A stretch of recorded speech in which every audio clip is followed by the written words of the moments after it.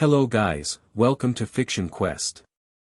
So in this video, we will see what if Naruto is summoned to Underworld to become the king and get married with Grayfia. If you enjoy these kinds of stories, don't forget to show us some love by hitting the like button and subscribing to the channel. Your support means the world to us. Now, let's start the story. Chapter 1, The Unwilling King. Peace was a strange, ill-fitting coat. Naruto Uzumaki wore it every day, the fabric woven from the gratitude of nations and the smiles of children who had never known war. It was heavy. He walked through the newly paved streets of Konoha, the afternoon sun warming the blonde of his hair, and felt the weight of it in every step. The village had been rebuilt from the ground up, a testament to resilience, a monument to the victory he had secured. The air was clean, free of the ash and dust that had choked it for so long. Laughter echoed from the Ichiraka ramen stand, now a proper two-story restaurant, and the scent of grilled pork and miso broth was a comforting anchor in a world that still felt adrift. He was a hero. The hero. People would stop and bow, their eyes wide with a mixture of reverence and awe that made his skin crawl. They called him Naruto-sama, a title that felt as foreign on their tongues as the formal robes the council sometimes tried to make him wear. He was the seventh Hokage in all but name, a living legend whose power kept the world in a delicate, unprecedented balance. And he was suffocating. He had spent his entire life running, fighting, screaming for acknowledgement. He had chased a ghost of a friend across countries, stood against gods, and held the weight of the entire world on his shoulders. The chaos, the desperation, the razor's edge between life and death, that was the world he had been forged in. He knew its rhythms, its brutal, demanding song. This quiet, however, was a language he couldn't understand. It felt like holding his breath. Kurama, a constant, rumbling presence in the back of his mind for as long as he could remember, was mostly silent these days, content to doze in the warm, quiet space of their shared soul. The great beast had earned his rest, but his slumber only amplified the silence in Naruto's own head. He bypassed the main thoroughfare, taking a familiar path through the trees that skirted the village. His destination was the one place where the silence felt right, where it held meaning. The memorial stone stood in a quiet clearing, a simple shard of polished black granite that bore the names of the fallen. It was a place of ghosts and memories, and it was the only place he felt he could truly be himself. He traced a finger over Minato Namikaze's name. His father. Then Kushina Uzumaki. His mother. Niji Hyuga. His friend, his brother, whose final words were a creed he now lived by. Jiraiya. His master, his godfather, the man who had shaped him more than any other. The list went on, a litany of sacrifice etched into stone and into his heart. "Hey, pervy sage," he murmured, his voice a low rasp. "It's all quiet. You'd probably hate it. No good material for your books." He sank to the ground, crossing his legs and resting his back against the cool bark of a nearby oak. He closed his eyes, letting the natural energy of the world seep into him. Sage mode was a comfort now, a way to feel connected to the life thrumming just beneath the surface of the piece. He could feel the pulse of the trees, the chatter of squirrels, the lazy flight of a hawk circling high above. It was a symphony of life, and yet it did little to soothe the coiled energy in his gut, the feeling of a kunai perpetually poised to be thrown.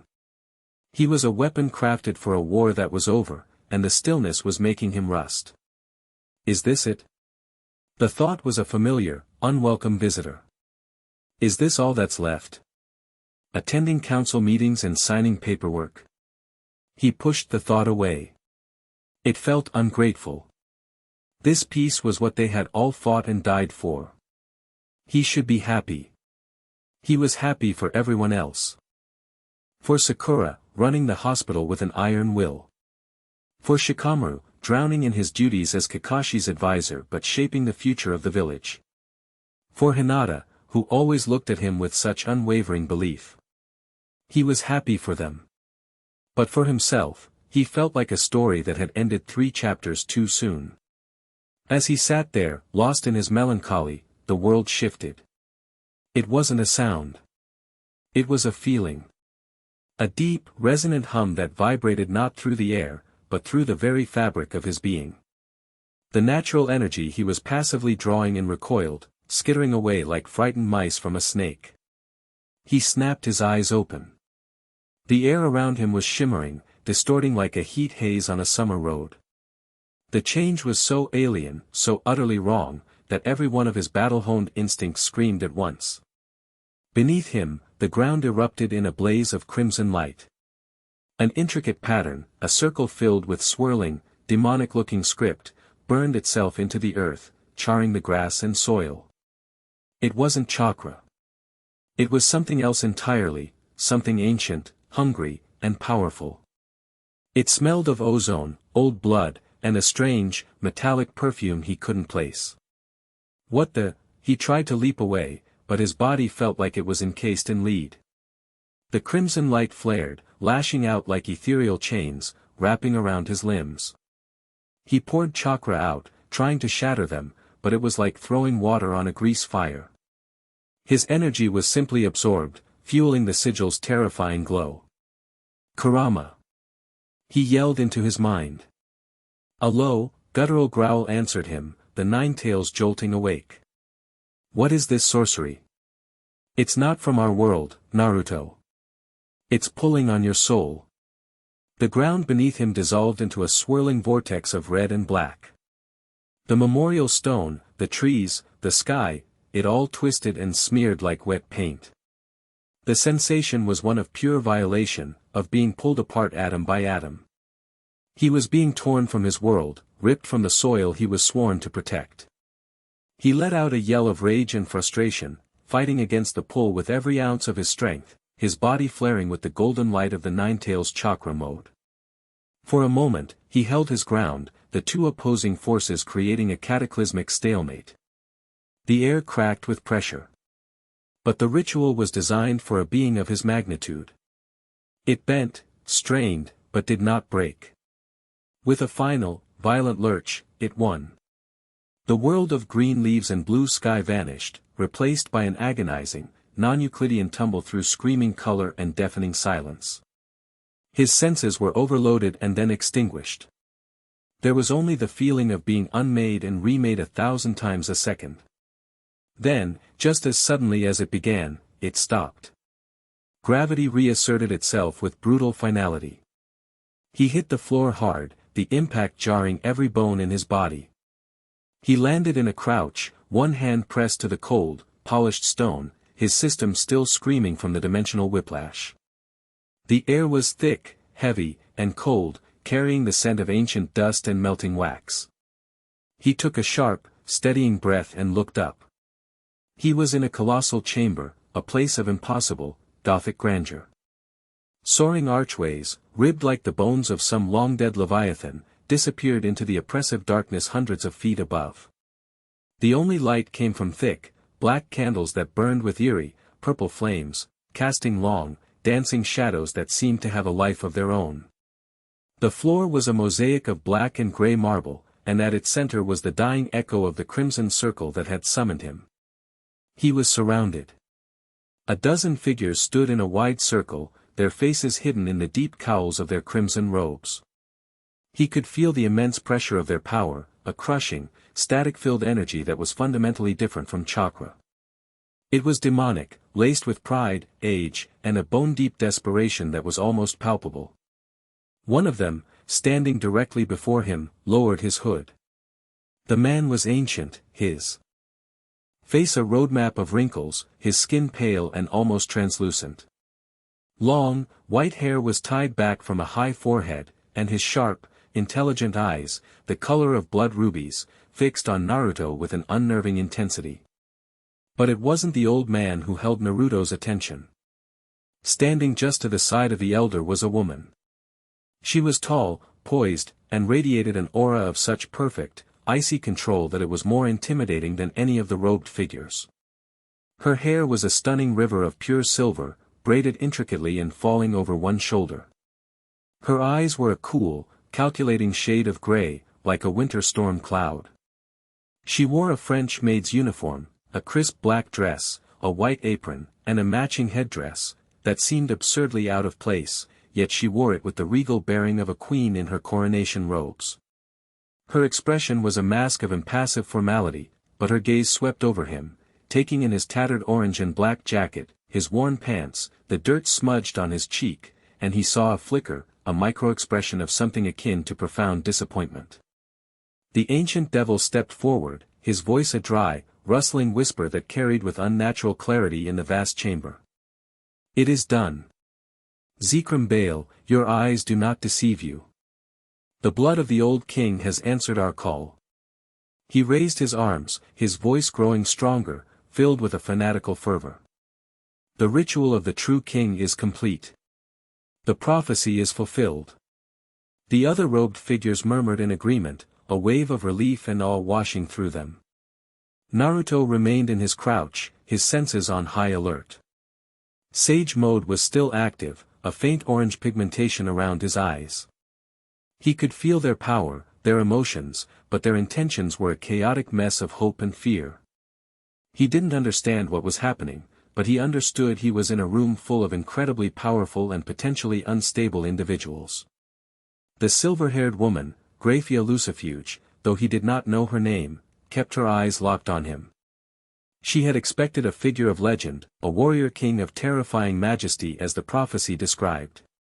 She saw a young man, barely out of his teens, with bright blue eyes that held not the arrogance of a monarch, but the wariness of a stray dog in a new alley.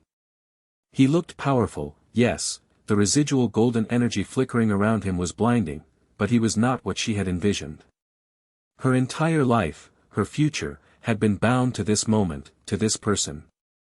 A cold knot of dread tightened in her stomach. Before any more could be said, the chamber doors, two massive slabs of obsidian 50 feet high, exploded inward. The blast of force and splinters was concussive, sending a shockwave through the hall. The robed elders cried out in alarm, throwing up defensive barriers of demonic energy. Through the smoke and dust stormed 24 soldiers clad in sleek, crimson and gold armor. They moved with military precision, forming a phalanx, their weapons glowing with magical energy. The crest emblazoned on their breastplates, the symbol of the House of Gremory, was a declaration of war on this assembly. "Treason," a knight at the front bellowed, his voice magically amplified. "By order of the great Satan, Surzex Lucifer, you are all under arrest for practicing the forbidden rites of true monarchy. Surrender now." The elder, Zekrom Baal, snarled, his ancient face contorting with fury. "Fools! You know not what you interfere with. You would doom us all for the sake of your false, usurper king." Spells began to fly, lances of black light, arcs of lightning, spheres of destructive energy. The chamber became a maelstrom of chaotic power. Naruto didn't wait for an invitation. He didn't know who was right or wrong, and he didn't care. He saw an attack, and his body moved before his mind had a chance to process a plan. He was a force of nature unbound. To the soldiers, he was a blur of orange and gold. To Grayfia, whose senses were trained to follow hypersonic movements, it was like watching a living typhoon. One moment he was crouched on the floor. The next, he was in the center of the attacking knights. A soldier swung a massive, magically charged axe at him. Naruto didn't even look at it. A hand made of shimmering golden chakra erupted from his back, catching the axe by the haft and wrenching it from the soldier's grasp. With a flick of the ethereal wrist, the chakra hand tapped the soldier on the helmet. The knight crumpled to the ground, unconscious. Another soldier unleashed a torrent of fire. Naruto simply stepped to the side, the flames washing harmlessly past him. He moved with an impossible, fluid economy, his feet barely seeming to touch the ground.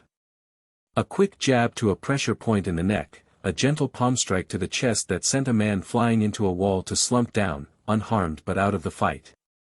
He was a whisper, a ghost. A clone flickered into existence behind a trio of spellcasters, each clone disarming them with a sharp chop to the wrist before dispersing in a puff of smoke. He wasn't fighting them. He was dismantling them.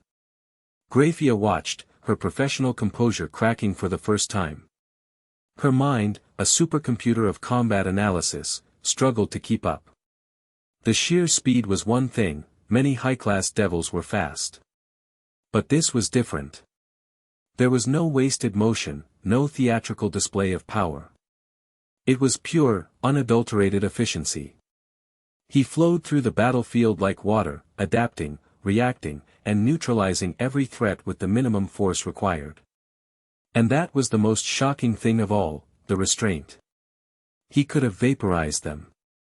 She could feel the colossal well of power radiating from him, a reservoir so deep it felt like staring into a sun.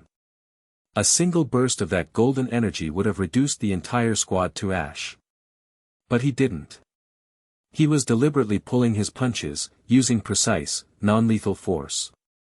He was treating these elite, high-class devil knights like unruly children who needed to be put down for a nap. It wasn't a battle, it was a reprimand. In less than 10 seconds, it was over. 24 elite soldiers lay scattered across the floor, unconscious or groaning, their armor dented, their pride shattered, but all of them very much alive. Naruto stood in the center of the carnage, the golden aura around him receding, leaving him standing in the eerie purple light of the candles. He dusted off his hands, his expression one of mild annoyance rather than triumph.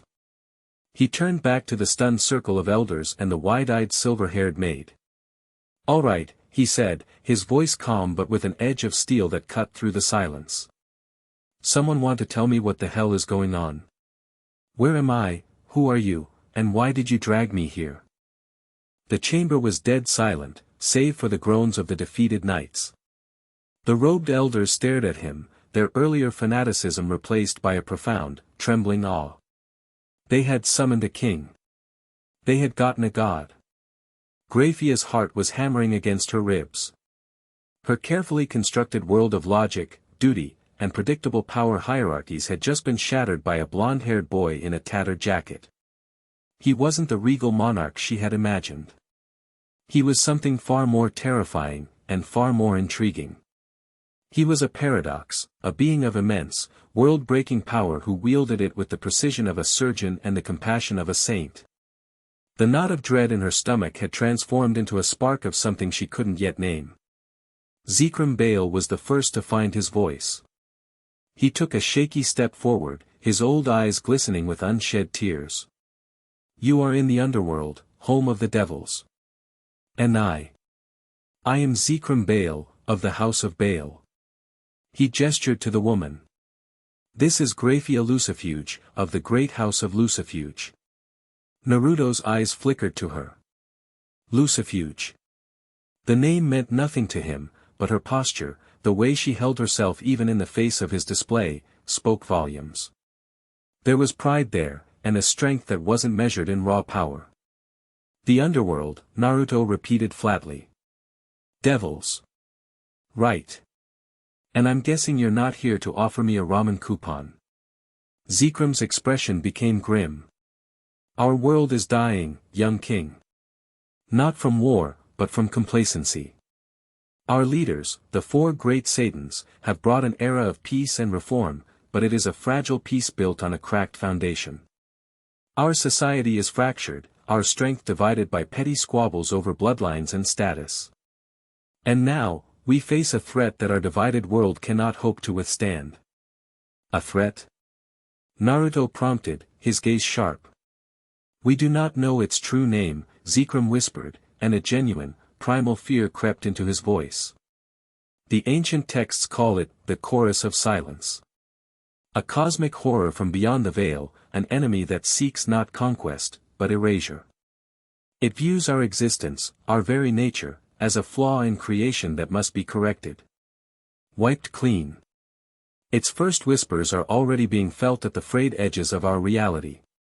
Naruto's mind flashed back to the strange, alien feeling during the summoning, the way the natural energy had recoiled in terror. He hadn't just been fighting the ritual, he'd been fighting a hint of that wrongness. The prophecies, passed down from the time of the original Lucifer, foretold this, Zekrom continued, his voice ringing with conviction.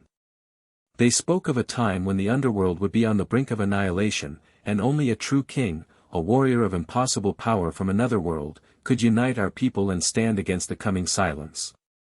He bowed low, a gesture of profound submission. That king is you. Naruto stared at him, then let out a short, humorless laugh. A king? You've got the wrong guy. I'm a shinobi. A protector. I'm not a ruler. The prophecy is not merely about rule, Zekrom insisted, straightening up. It is about strength. The strength to inspire, to unite, to lead the charge.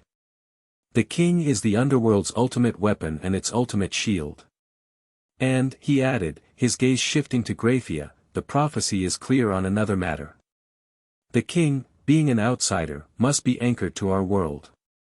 He must have a queen who knows its ways, who can guide his hand in matters of court and politics, a partner in power. Grayfia Lucifuge has been raised for this sole purpose. She is to be your bride. Naruto's head snapped toward Grayfia. Her composure finally broke. A faint blush colored her pale cheeks, and her gray eyes flashed with a complex mix of indignation and humiliation. She was a chess piece, a political offering, and it was being laid bare in front of this complete stranger. Naruto's expression hardened. All the weariness, all the frustration from his life in Konoha, coalesced into a single point of icy anger. He hated it. He hated when people's fates were decided for them, when they were treated like objects. It was the story of his own childhood, of Niji and the caged bird seal. He took a step forward, his voice dropping to a low, dangerous tone that made the very air seem to grow cold. You will not talk about her like she's a piece of property. Her life is her own. I don't care what your dusty old books say. Grayfia's eyes widened slightly. She had expected him to be pleased, arrogant, or dismissive. She had not expected him to defend her autonomy. Naruto turned his glare back to Zekrom, the full force of his presence washing over the ancient devil. Let's get a few things straight. You kidnapped me from my home. You brought me to this Underworld. And now you want me to fight your war and marry a woman I just met because a prophecy told you to. He shook his head. No. That's not how this works. A desperate panic entered Zekrom's eyes. But, my lord. You must. The prophecy, your prophecy is your problem, Naruto cut him off sharply. But. He paused, his gaze sweeping over the fallen soldiers, the terrified elders, and the proud, conflicted woman standing like a statue of ice. He thought of the feeling of that silence, the sheer wrongness of it.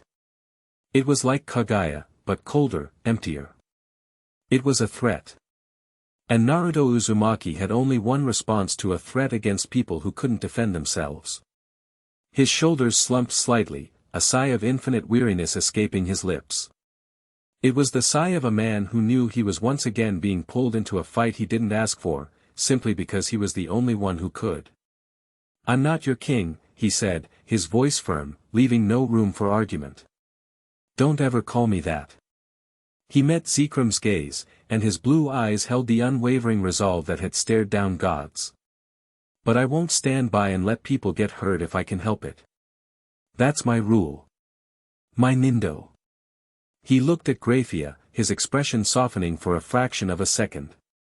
I'll stay. I'll help you with this silence.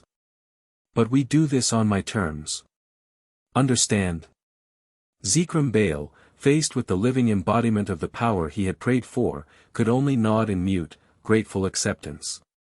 Grayfia Lucifuge watched the blonde-haired stranger who had just rejected a crown yet accepted a war, who had defended her honor moments after meeting her. The prophecy had promised her a king. It had delivered a paradox. And for the first time in her life, she felt the rigid path of her destiny begin to crack, making way for something new, terrifying, and utterly unpredictable. Chapter 2, The Arrogance of Phoenix. The silence that followed Naruto's declaration was a living thing, thick and heavy as a shroud. It pressed in on them, amplifying the sound of a single, unconscious night groaning on the cold marble floor. Zekrom Bale, the ancient devil who had orchestrated this cosmic abduction, simply stared, his mouth slightly agape. He looked like a man who had prayed for rain and received a flood. Grayfia Lucifuge, however, recovered first. Her training, her entire life of rigid composure, took over. She executed a perfect, fluid curtsy, her posture impossibly straight, her silver hair catching the eerie purple light of the candles. "As you command," she said, her voice a cool, clear note in a tense atmosphere. "If you would follow me, I will escort you to your prepared quarters. Lord Bale, I trust you and the coven will handle the cleanup."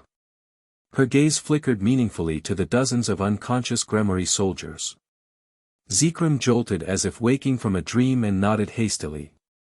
"Of course, Lady Lucifuge. It will be done." Naruto eyed her, a flicker of surprise in his expression. She was already adapting, taking charge. He gave a short, decisive nod. "Lead the way." She turned and walked, her footsteps making no sound on the polished stone. Naruto fell into step beside her, his hands shoved deep into the pockets of his jacket. They left the grand, ritual chamber behind, the sounds of hushed, frantic whispering from the elders fading as they entered a long, cavernous hallway. The architecture was overwhelming. Everything was built on a scale meant for giants, with ceilings that vanished into shadow and doorways that could accommodate a charging mammoth. The air was perpetually cool and still, carrying a faint, metallic tang. The sky, visible through a high, arched window, was not black but a deep, bruised purple, dotted with stars that were too sharp and constellations he didn't recognize. There was no moon, only a faint, ambient glow that seemed to emanate from the very air itself. "So, the Underworld," Naruto said, breaking the silence. His voice echoed slightly. "It's big." Grayfia didn't turn her head. "The domain of the devils is vast, comprising a dimension parallel to your own. This is the ancestral seat of the House of Baal, one of the 72 pillars. It is considered a place of great historical significance." "Right. Pillars," he repeated, filing the term away. "And you're a Lucifuge. Is that like Baal?" "The House of Lucifuge is an extra-demon house, one of the most distinguished, serving the original Lucifer since the dawn of our history. My family is traditionally charged with advising and serving the highest echelons of power." Her tone was factual, like a tour guide reciting from a script. "Serving," Naruto mused. "That's what you were raised for? To be some king's wife and advisor?" Her shoulders stiffened almost imperceptibly. "I was raised to serve the best interests of the Underworld. The prophecy of the true king has been the Lucifuge sacred trust for millennia. My duty was to prepare myself to be a worthy consort and guide for the one who would be summoned. It is the greatest honor my family could receive." He heard the words she was saying, but his sage's senses picked up the subtle discord beneath them, the faintest tremor of resentment, the cold weight of a destiny she hadn't chosen. It was the sound of a gilded cage. "Must be tough," he said simply. She finally stopped and turned to face him, her gray eyes narrowed. "Tough? It is my purpose. My honor. It is not for an outsider to comprehend." "I get it," he said, his own gaze steady. "I get being born with a destiny you didn't ask for. Having everyone look at you and see a symbol, or a weapon, or a monster, instead of just, you." He let the words hang in the air for a moment. "I'm not going to treat you like a sacred trust. Your name is Grayfia, right? I'll call you Grayfia. You can call me Naruto." She stared at him, her lips parted slightly. The directness was disarming. In her world of titles, formalities, and layered meanings, his straightforwardness was as alien as his power. She had been prepared to deal with a warlord, a tyrant, a being of immense ego. She had not been prepared for this. "My station requires I address you with the proper honorifics," she said, falling back on protocol as a shield. "You are, not a king," he finished for her, his voice firm. "We're clear on that. If you have to call me something, make it Naruto-sama, I guess. I'm used to that one, at least. But I'm still calling you Grayfia." Before she could formulate a reply, he gestured down the hall. So, these quarters. Do they have a kitchen? I'm starving. The question was so mundane, so utterly out of place after the dimensional kidnapping and magical combat, that it took her a full second to process. Yes. A full culinary staff is at your disposal. Good. I could kill for a bowl of ramen. Ramen? She repeated the word as if it were a foreign element. You know, noodles, broth, pork, it's the food of the gods. A faint, almost imperceptible frown touched her lips. I am not familiar with this dish. I will have the chefs prepare a suitable banquet. No, just ramen is fine. Miso ramen with extra chashu. If they don't know how to make it, I'll teach them. He started walking again, leaving her momentarily speechless. This was the prophesied king. The great hope of the underworld. And he was demanding a peasant noodle dish she had never heard of. A sliver of doubt, sharp and cold, pierced through her carefully maintained composure. The elders had summoned a barbarian. A powerful barbarian, to be sure, but a barbarian nonetheless. She took a breath, smoothed the front of her apron, and followed, her duty a familiar weight settling back onto her shoulders. The news of Naruto's arrival spread through the underworld like a shockwave. It traveled not by messengers, but through the seething, interconnected web of demonic energy, passed in whispers in the opulent courts of the great king faction and shouted in the hallowed halls of Lucifad, the Satan's capital. An outsider. A being of immense, unknown power, summoned by the old, traditionalist houses in a direct, treasonous challenge to the current government. He had single-handedly, and non-lethally, neutralized an elite squad of Surzek's Lucifer's personal guard. And he was, according to the ancient prophecy, the true king. The underworld fractured along ideological lines that had been simmering for decades. The great king faction, composed of the descendants of the original 72 pillars who revered the old ways and the original devil kings, were ecstatic. To them, the new government led by Surzek was an abomination, a government of usurpers, who had cast down the rightful heirs and instituted disgusting reforms like promoting lowborn devils based on merit. Zekrom Bale became their figurehead, his summoning of Naruto a masterstroke of political rebellion. They saw Naruto not as a person, but as a divine weapon to reclaim their lost glory. The anti-Lucifer faction, the current government led by the four great Satans, Surzek's Lucifer, Ajuka Beelzebub, Seraphol Leviathan, and Falbium Asmodeus, saw him as an existential threat. They had fought a bloody civil war to overthrow the old, corrupt regime and build a new, more stable society. This true king was a walking, talking relapse, a symbol that could galvanize their enemies and plunge the underworld back into chaos. Surzek, a reasonable and beloved leader, was deeply troubled. He did not want more conflict, but he could not allow this challenge to his authority, and the stability of their world, to go unanswered. And then there were the unaligned houses, the vast majority of the nobility, who simply watched, waiting to see which way the wind would blow. They were pragmatic. They would back a winner. This political turmoil came to a head 3 days after Naruto's arrival. He was in the cavernous dining hall of the Bale Castle, seated at a table long enough to host a small army. He was, to Grayfia's quiet horror, attempting to teach a terrified, C-class devil chef how to properly prepare the dashi for ramen broth. No, you're boiling it too hard. You just want it to simmer, Naruto instructed, waving a ladle. You'll make the kombu bitter. The chef, a small, bat-winged man named Grem, was sweating profusely. My apologies, great lord. My humblest apologies. Just Naruto is fine, he sighed for what felt like the 100th time. It was at that moment that Zekrom Bale swept into the room, his crimson robes billowing behind him. His ancient face was a mask of grim satisfaction. My lord, he announced, his voice booming.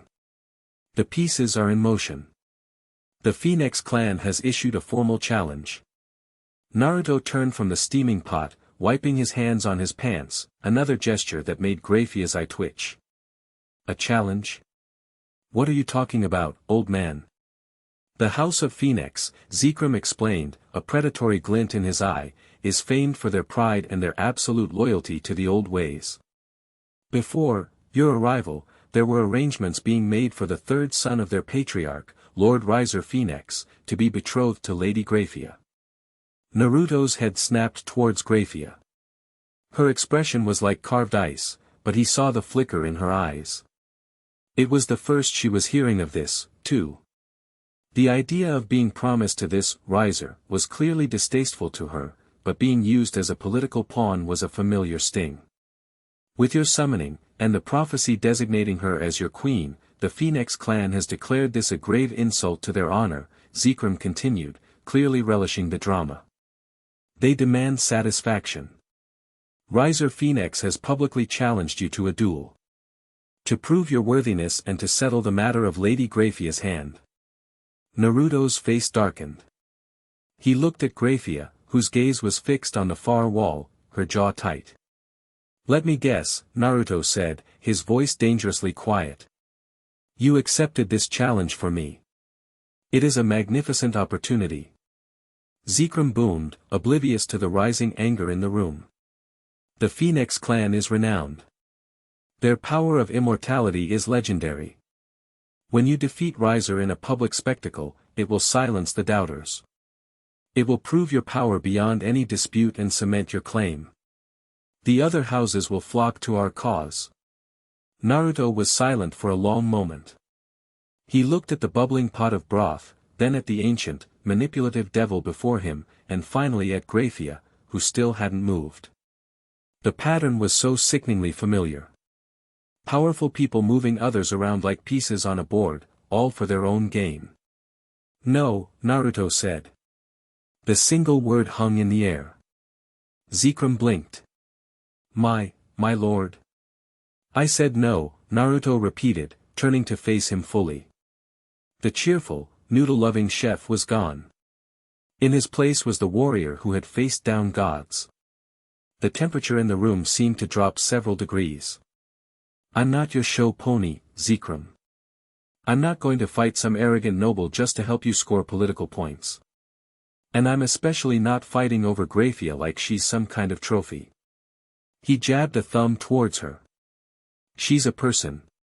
Her hand isn't a matter to be settled. It's hers.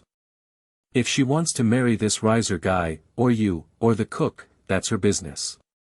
It has nothing to do with me.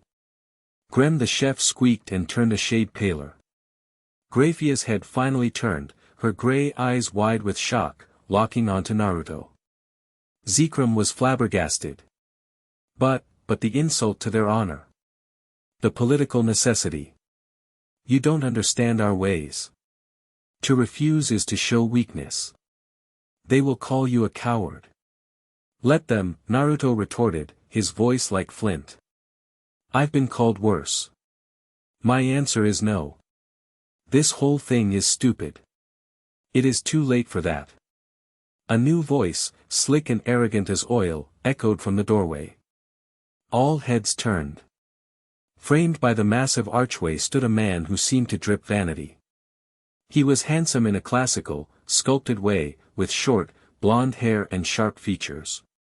He was dressed in a flamboyant, wine-red suit that looked absurdly expensive.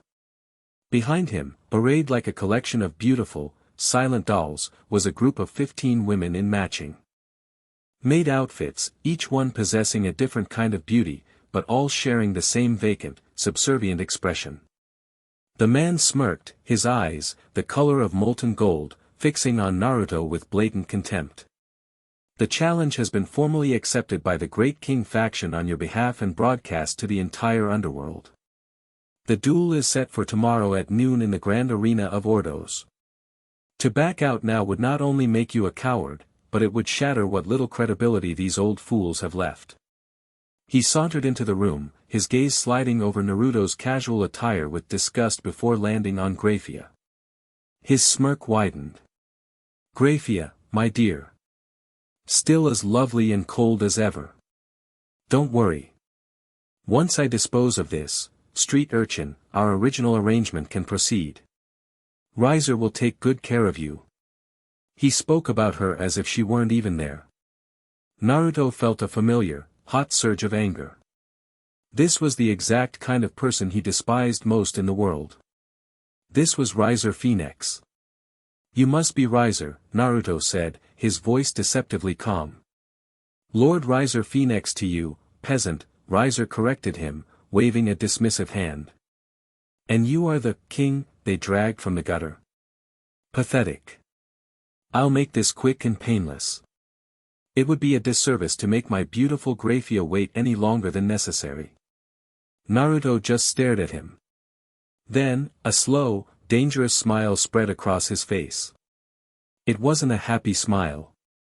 It was the smile he'd worn right before he'd punched a god. He turned to Zekrom. You know what? Change of plans. He pointed a thumb at the smirking Phoenix. I accept the challenge. Zekrom's face lit up with triumphant relief. Riser just laughed, a short, barking sound. Brave words. We will see if you can back them up tomorrow. Try to wear something presentable. It is, after all, your funeral. With a final, proprietary wink at Grayfia, Riser turned on his heel and swept out of the room, his harem of maids trailing silently in his wake. The moment he was gone, Naruto rounded on Zekrom, his smile vanishing. Don't you ever make a decision for me again, he snarled, his voice low and menacing. The only reason I'm doing this is because I can't stand guys like him. I'm going to wipe that stupid smirk off his face so hard his ancestors feel it. But you and I are going to have a long talk after. We clear. Zekrom, faced with the full force of Naruto's contained fury, could only manage a series of rapid, terrified nods. Naruto turned and stormed out of the dining hall, leaving a stunned chef, a relieved elder, and a very, very conflicted Grayfia in his wake. She watched him go, her mind reeling. He had refused the fight on principle, to defend her autonomy. But the moment he was personally insulted and saw the arrogance of his opponent firsthand, he had accepted it with vicious glee. He was a whirlwind of contradictions, and she was standing directly in the eye of the storm. The grand arena of Ordos was a monument to devil vanity. A massive colosseum carved from black basalt, it floated on a chunk of rock high in the purple sky, held aloft by powerful enchantments. The stands were packed with tens of thousands of devils, a sea of nobles in their finest silks and jewels, their chatter a low, judgmental hum. Magical projection screens floated in the air, broadcasting the event to every corner of the underworld.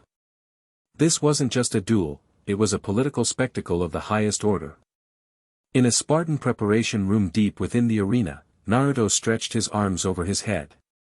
He wore his usual orange and black gear. It was clean, at least. Grayfia had insisted. She stood by the door, a silent, silver-haired sentinel.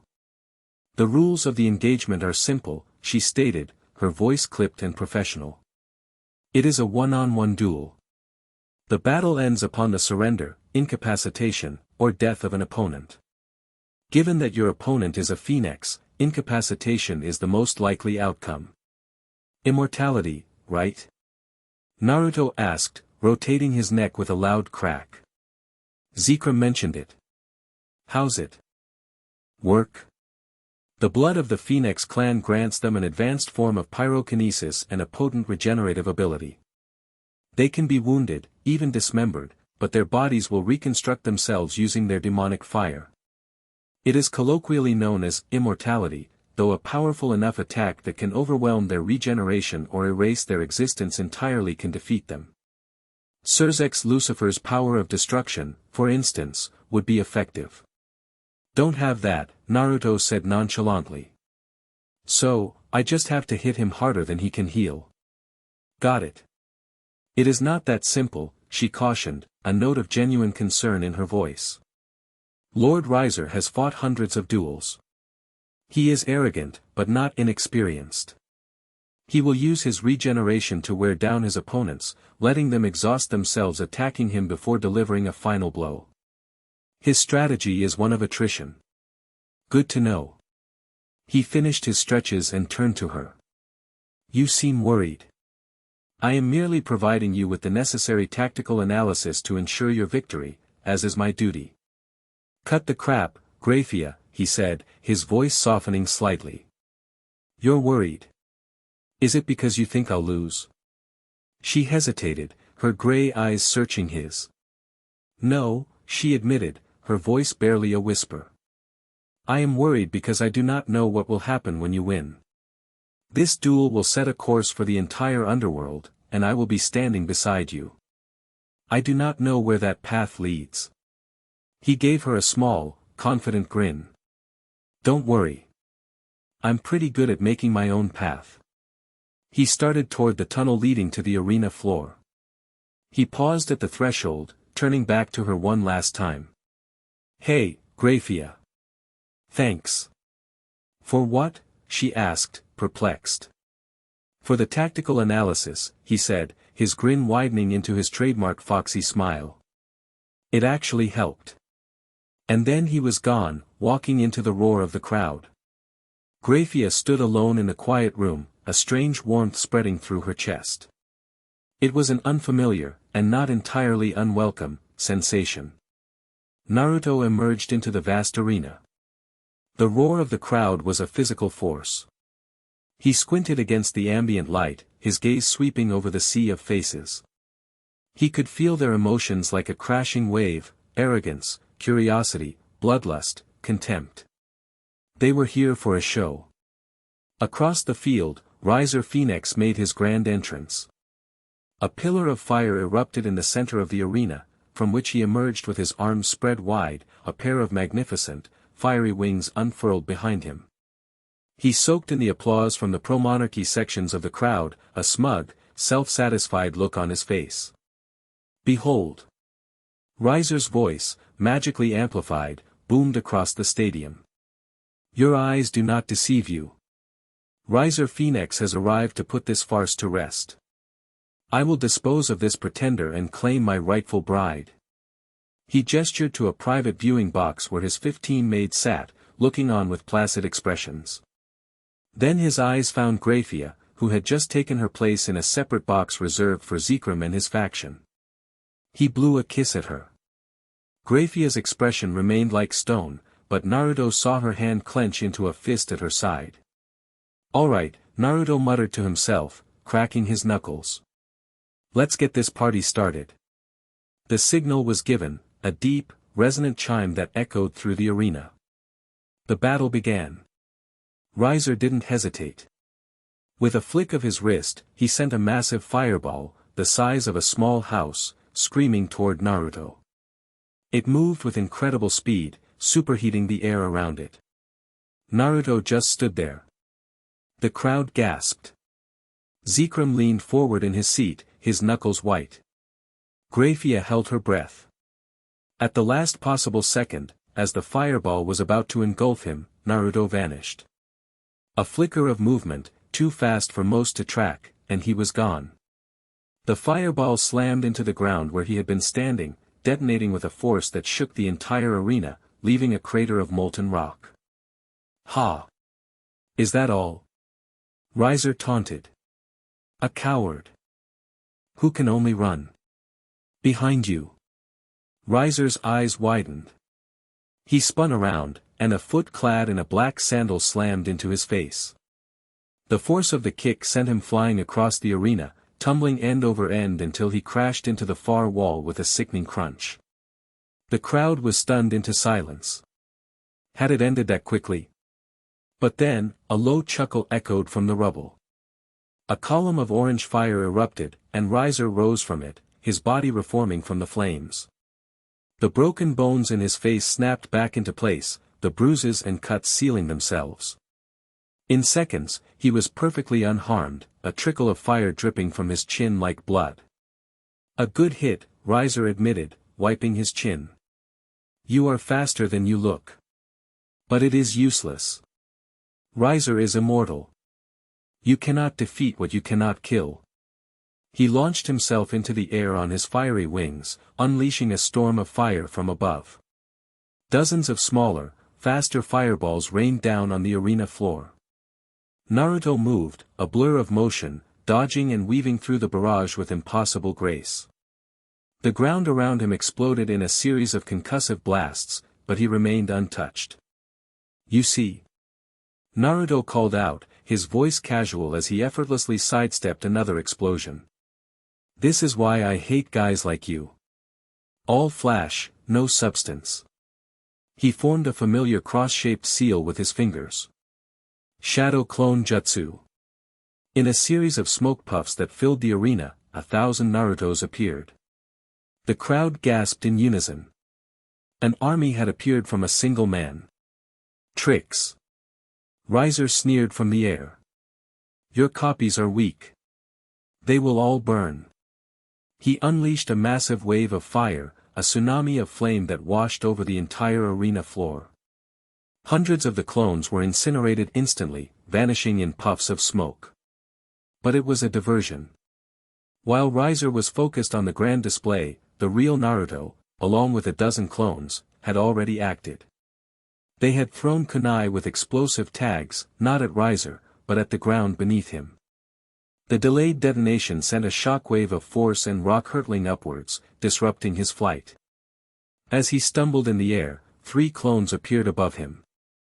"Take this," they yelled in unison, slamming their fists down onto his back. Riser was driven toward the ground like a meteor. But the real Naruto was already there, waiting. He had entered Sage mode, the orange pigmentation around his eyes a stark signal of his true power. Natural energy flooded his system, amplifying his senses, his strength, his speed to a whole new level. He could see the flow of Riser's demonic energy, feel the arrogant pulse of his life force. As Riser fell, Naruto met him with an upward kick, launching him back into the air. Another clone, perched on the arena wall, intercepted him and sledgehammered him back down. It became a brutal, high-speed game of pinball, with Riser as the ball. Naruto and his clones, moving with sage-enhanced speed and coordination, volleyed the immortal Phoenix back and forth across the stadium, each blow landing with the force of a battering ram. Riser couldn't keep up. He was being overwhelmed.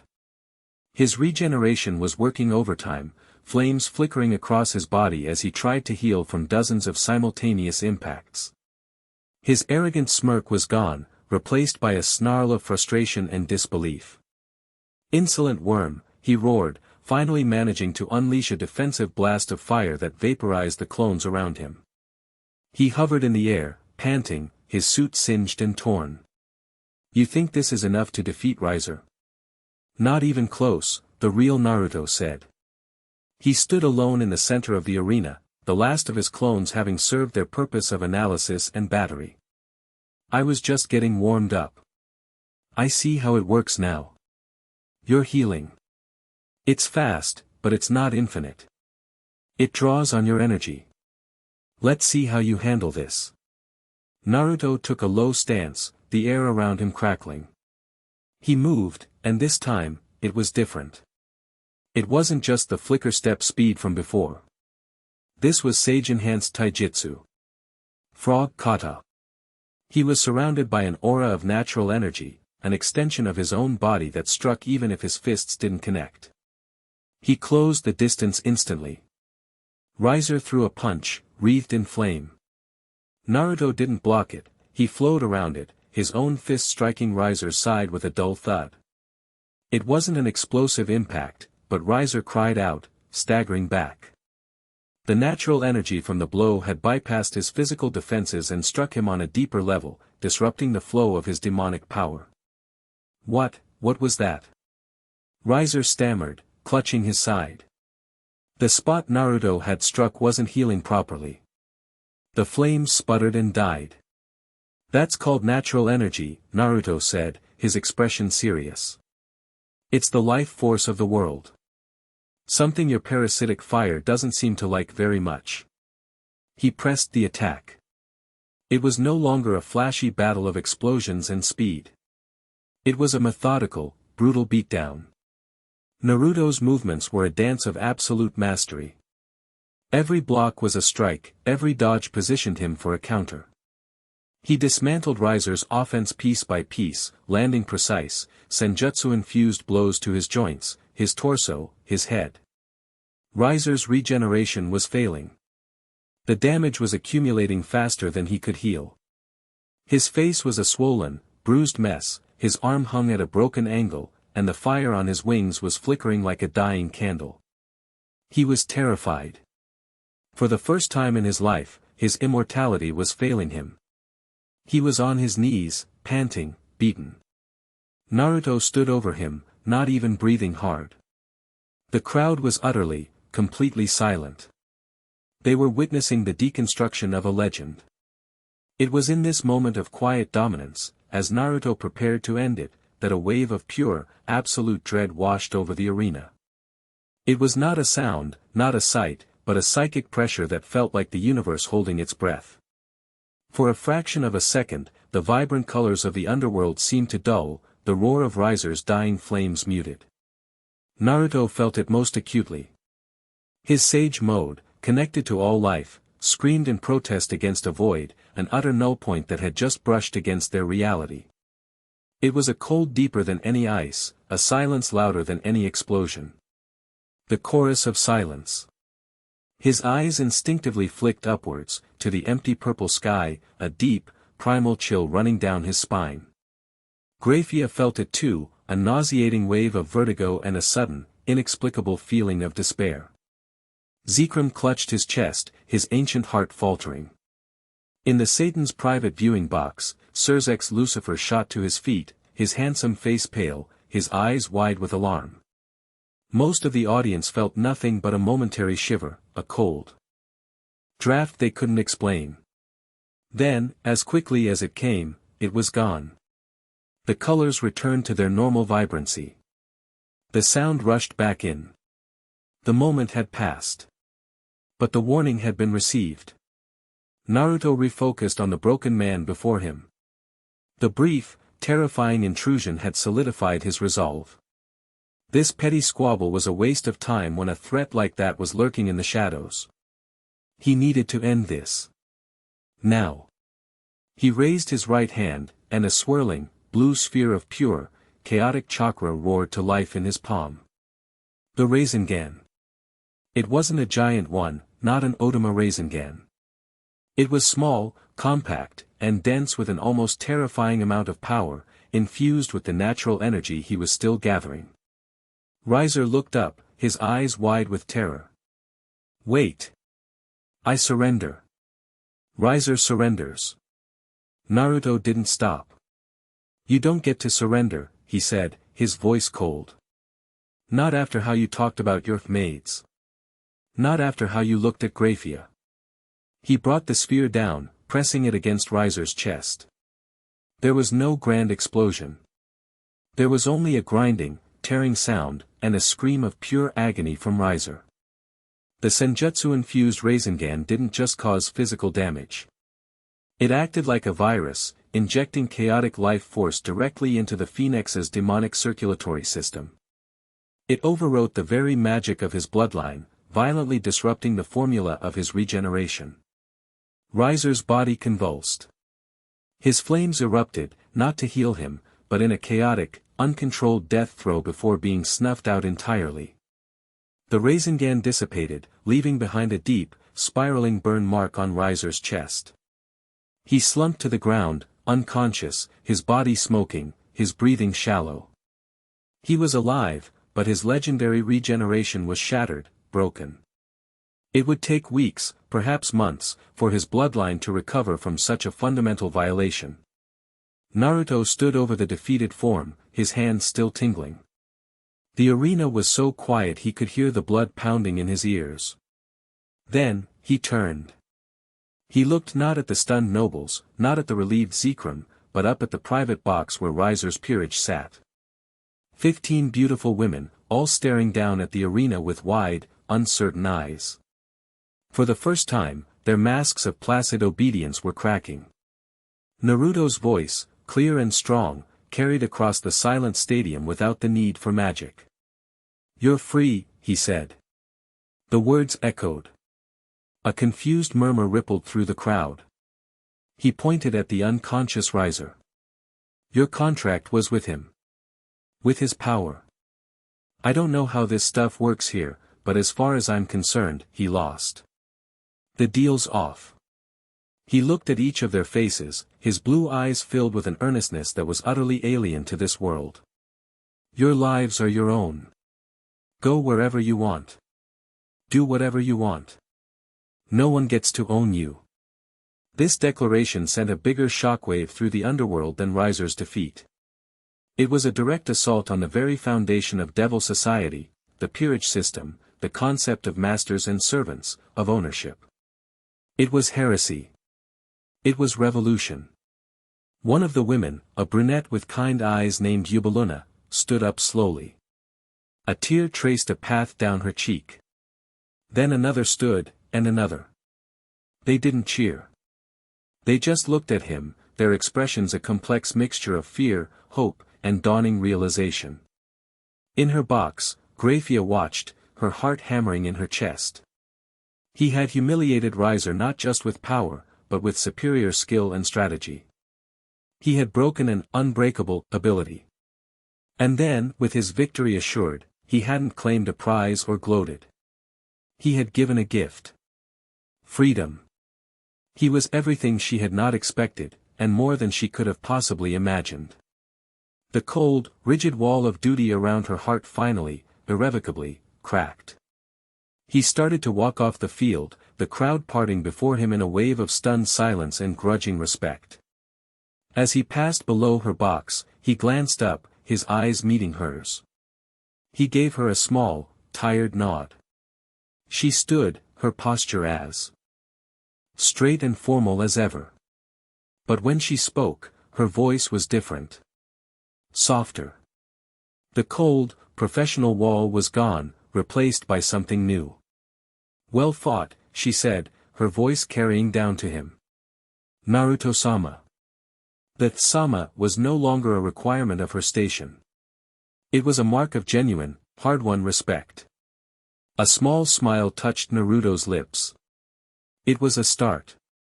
Chapter 3, A Court of Devils. The aftermath of the duel was not a celebration, but a quiet storm. Naruto's victory over Riser Phoenix should have been a triumphant moment for the Great King faction, a definitive display of power to rally the old noble houses to their cause.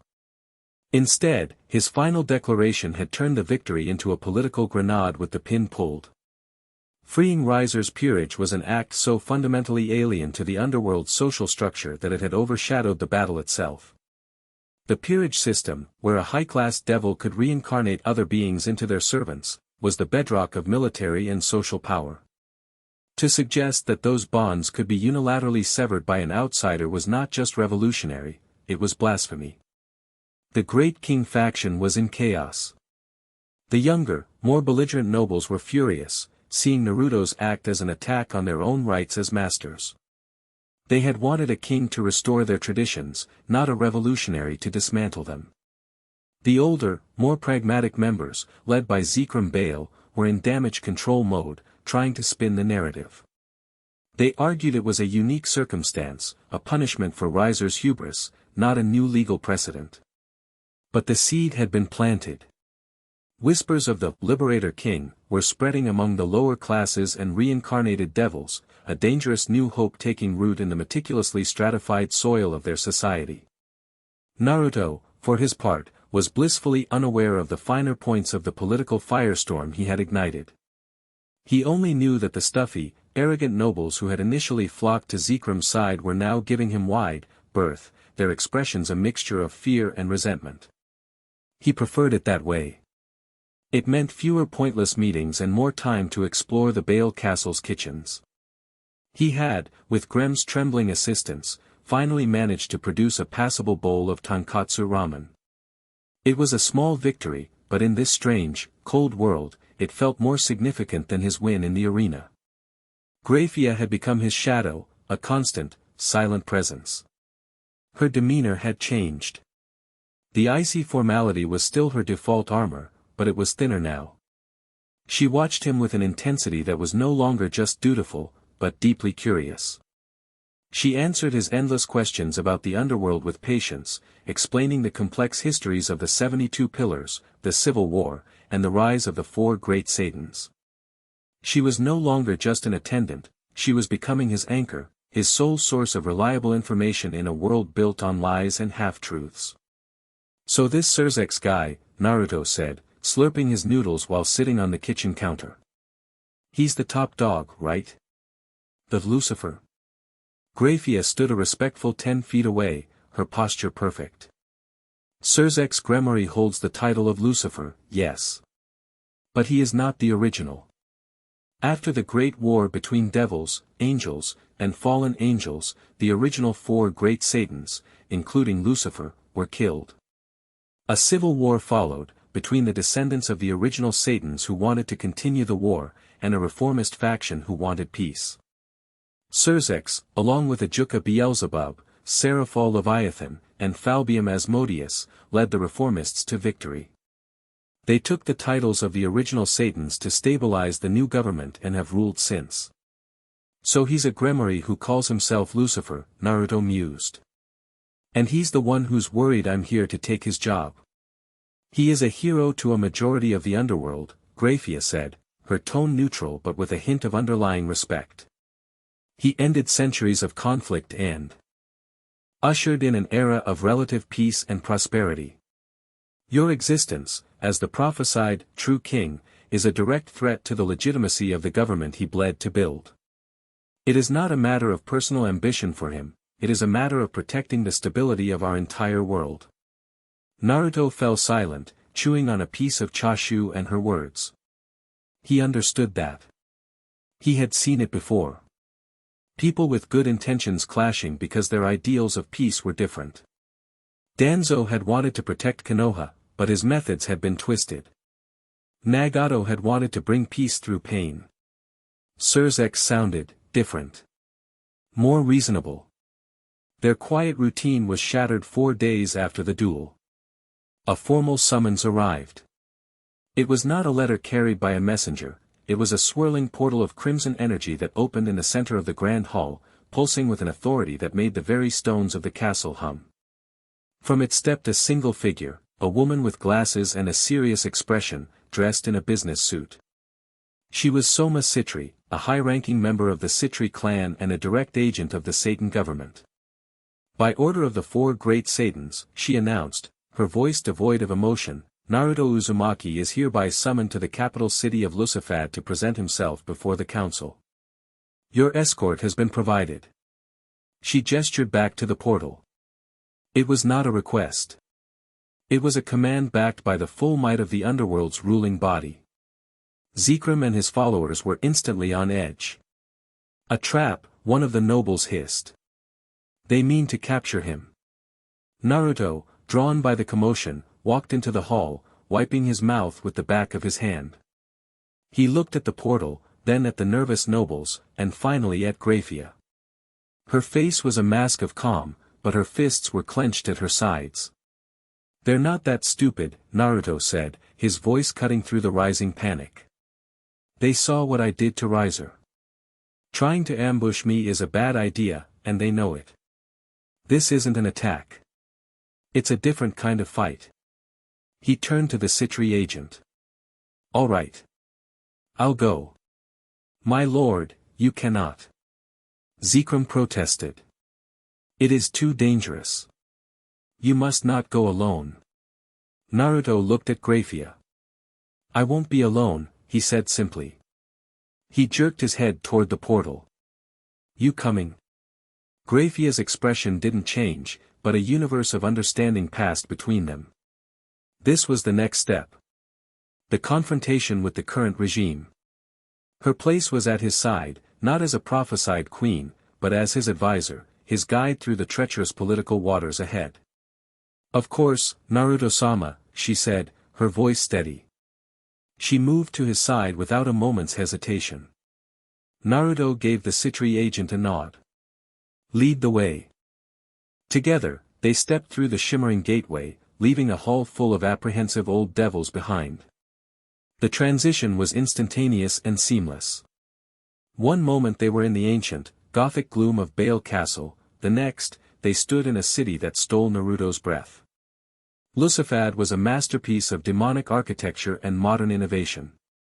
Towers of obsidian and polished crimson stone scraped the high purple sky, connected by elegant, glowing bridges. The streets below were bustling with devils of all shapes and sizes, from horned, brutish-looking laborers to elegant nobles floating on carpets of magical energy. The air buzzed with a vitality that the stagnant halls of Bale lacked. This was a living, breathing city, the heart of the new underworld. They had arrived in a massive, circular teleportation chamber. Guards in the gremmery crimson and gold armor snapped to attention, their faces grim but professional. There was no immediate hostility. They were escorted from the chamber into a vehicle that floated silently above the ground, a sleek, black teardrop of a machine that whisked them through the city's sky lanes. Naruto stared out the window like a kid on his first trip to a big city, a stark contrast to Grayfia's ramrod-straight posture beside him. Their destination was the Satan's Palace, a colossal structure of black marble and red crystal that dominated the city's skyline. It was less a palace and more a fortress, a symbol of unshakable power. They were led through corridors that were wide, clean, and modern, a stark contrast to the dusty, Gothic excess of Bale Castle. The guards were disciplined, the staff efficient. This was a well-oiled machine of a government. Finally, they were brought before two immense doors that pulsed with a faint, magical light. The guards flanking the entrance did not open them. They simply stood aside. The doors swung inward on their own, revealing the throne room. The room was vast and circular, its domed ceiling showing a magically projected image of the underworld's star-dusted sky. Four thrones sat upon a raised dais, but only one was occupied. The man sitting on the central throne was the very picture of regal charisma. He had long, striking crimson hair that cascaded over his shoulders and kind, intelligent blue-green eyes. He wore elegant, dark red robes befitting a king. An aura of immense, almost suffocating power radiated from him, but it wasn't aggressive. It was calm, controlled, like a slumbering volcano. This was Surzek's Gremory, the Devil King Lucifer. Standing to the side of the dais were the other three Satans. A handsome man with black hair and sharp, intelligent green eyes who was observing Naruto with analytical curiosity, Ajuka Beelzebub, the creator of the evil peace system. A ridiculously beautiful young woman with black hair and twin tails, dressed in a magical girl outfit that seemed utterly bizarre in this setting, who was pouting slightly, Seraphal Leviathan. And a large, muscular man who appeared to be fast asleep while standing up, Falbium Asmodeus. Naruto felt Grayfia tense beside him. She dropped into a deep, formal bow. "My lords," she greeted them, her voice perfectly respectful. Naruto did not bow. He walked forward into the center of the room, his hands in his pockets, and stopped. He met Surzek's gaze directly, an equal meeting an equal. The vast hall was silent, charged with unspoken challenges. Surzek smiled, a gentle, disarming expression. "Naruto Uzumaki. Welcome to Lusafad. I am Surzek's Lucifer. I must confess, you have caused quite a stir." His voice was smooth, pleasant, but carried an undeniable weight of authority. "I get that a lot," Naruto replied, his tone casual. He gestured vaguely around the opulent room. "Nice place. A little over the top, but nice." Seraphal giggled, covering her mouth with her hand. "Ooh, he's cheeky, Sirichan." Surzek's smile didn't waver. "We have a great deal to discuss. The actions of Lord Bale were treasonous. Your very presence here is a challenge to the peace we have worked so hard to build." "I didn't ask to come here," Naruto stated plainly. "I was sitting by a rock, minding my own business, and his cult zapped me into his basement. I'm not here to challenge your peace." "And yet, you aligned yourself with the very faction that seeks to destroy it," Ajuka Beelzebub interjected, his voice sharp and precise. "You fought and defeated Riser Phoenix under their banner. You have become their symbol, their true king." Naruto scoffed. I fought Riser because he was an arrogant bastard who needed to be put in his place. And I don't care about their banner. Or yours, for that matter. He decided to cut through the political maneuvering. This wasn't a battlefield he was used to, so he would make it one he was. Let's stop wasting time. I know why you brought me here. You want to know what my intentions are. You want to size me up, see if I'm a threat you need to eliminate. He took a few steps forward, his casual demeanor falling away, replaced by an intensity that made the air crackle. So here it is. I don't want your throne. I don't want to be king. I want to go home. But I can't. So until I figure out how, I'm stuck here. His gaze hardened. But I felt it. During the duel with Riser. A wave of, nothing. A cold, silent wrongness that wants to erase things. He looked directly at Surzex. The old man called it the chorus of silence. Your guards who came to bail, they didn't feel it. But you did, didn't you? I can tell. Surzex's calm expression finally broke. A flicker of deep, profound gravity crossed his face. He leaned forward in his throne. You felt that? Felt it? I could taste it, Naruto said. It's the kind of enemy you can't reason with. The kind that just wants to watch everything burn, or in this case, go quiet. You're the leaders here. What's your plan to stop it? The direct question hung in the air, a gauntlet thrown down not of power, but of competence. It was Seraphol who answered, her playful demeanor gone, replaced by a grim seriousness. We have been aware of the anomaly for some time. Minor dimensional abrasions at the edge of our territory. Small pockets of reality that have simply ceased to be. We have sent investigative teams. They have not returned. We are taking the threat seriously, Surzex added, his voice low. We are reinforcing our borders, increasing patrols, and our best minds, including Ajuka, are attempting to analyze the phenomenon. But it is an unknown. We are preparing for a defensive war. Naruto shook his head, a gesture of profound disagreement. A defensive war against an enemy that erases things?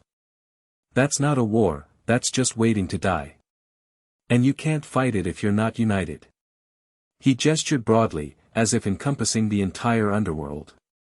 I've been here less than a week, and all I've seen is division. Old nobles who hate you, a class system that treats half your people like slaves, and a government that's more concerned with me stepping on your toes than the monster scratching at the door. And what is your solution, King? Ajuka challenged, his tone laced with skepticism. A return to the old ways? A monarchy that rules by divine right and brute force? No, Naruto said firmly. He looked around the room, at the four most powerful beings in the underworld, and for the first time, he didn't feel like an outsider. He felt like a leader who saw a problem no one else was willing to face head-on. My solution is to stop thinking about bloodlines and titles and start thinking about strength. Real strength. The kind that comes from people who have something to protect. He unceremoniously sat down on the polished floor, crossing his legs in a mirror of how he sat at the memorial stone. The gesture was so unexpected, so contrary to every protocol of the court, that it left the Satans momentarily speechless. It wasn't an act of disrespect, it was a statement. He was not playing their game by their rules. Your system is a weakness, Naruto continued, his voice resonating with a simple, profound truth. You have high-class devils with powerful abilities who are arrogant and complacent, like Riser. And you have low-born devils, commoners, reincarnated servants, who you treat like cannon fodder. You're wasting your greatest resource, your people. All of them. Surzex stared at the young man sitting on his throne room floor, a whirlwind of thoughts in his mind. The reports had not done him justice. They had described his power, his speed, his strange techniques. They had not captured this incredible, unshakable clarity. He was not a politician. He was not a strategist. He was a force of nature with a moral compass as true as a lodestar. And he was, Sirzex realized with a jolt, absolutely right. The class system was a weakness, a holdover from the old regime that he had tolerated for the sake of stability. These are revolutionary ideas, Sirzex said carefully. To dismantle a system that has been in place for millennia would cause chaos. Chaos is coming anyway, Naruto countered. You can either face it with a divided army of nobles and slaves, or you can face it with a unified army of soldiers who are all fighting for their home. Your choice. A long silence descended upon the room. The four Satans exchanged glances, a silent, high-speed conversation passing between them. Naruto just sat there, waiting, perfectly calm. Grayfia, standing silently by the wall, watched the scene with a sense of unreality. He had walked into the lion's den, faced down the four most powerful rulers in their world, and instead of being intimidated, he had lectured them on political and military philosophy from a seated position on the floor. He hadn't raised his voice, hadn't flared his power. He had simply spoken the truth as he saw it, with a confidence that was more commanding than any throne. And they were listening. Finally, Sirzex broke the silence. A slow smile, genuine this time, touched his lips. It was a smile of respect. You are, not what I expected, Naruto Uzumaki. I told you, Naruto said with a shrug. I'm not a king. Perhaps not, Sirzex conceded. But you have the heart of one. You speak of unity, of a new way of fighting. These are just words. You have proven your individual strength, but leadership is another matter. He stood from his throne, his crimson robes swirling around him. The air in the room grew heavy with his power, a friendly pressure but a reminder of the chasm between them. You have issued a challenge to our way of life. An ideological challenge. Such things cannot be settled by debate alone. They must be proven. Sirzex descended the dais, walking until he stood a few feet from where Naruto sat. I propose a contest. A way to settle this question of leadership and strategy once and for all, in a manner our people will understand and respect.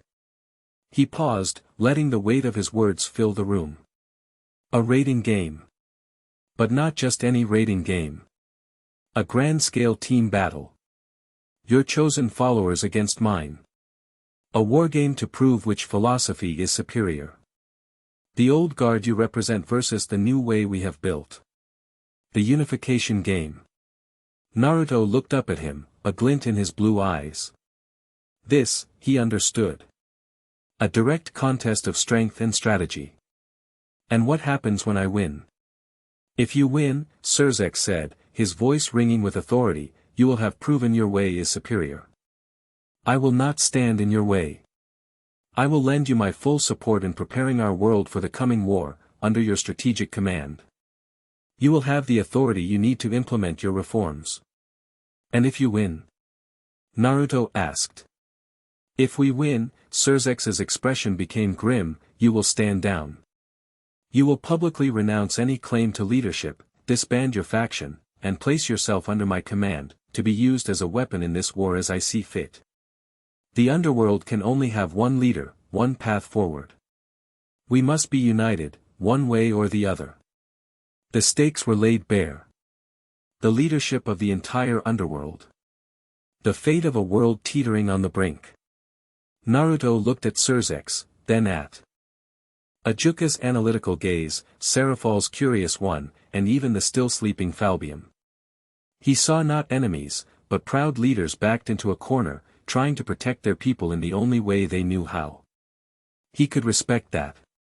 He pushed himself up from the floor, standing to face Sirzex.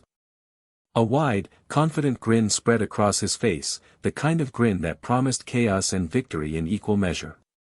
You've got yourself a deal, Naruto said, extending a hand. But you'd better bring your A-game. I've never lost a fight that mattered. Sirzex looked at the offered hand, a gesture of camaraderie so common in the human world but almost unheard of between rivals of their stature. He took it, his grip firm.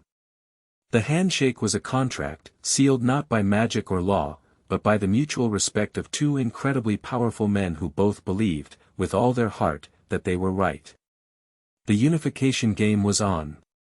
And the soul of the underworld would be the prize.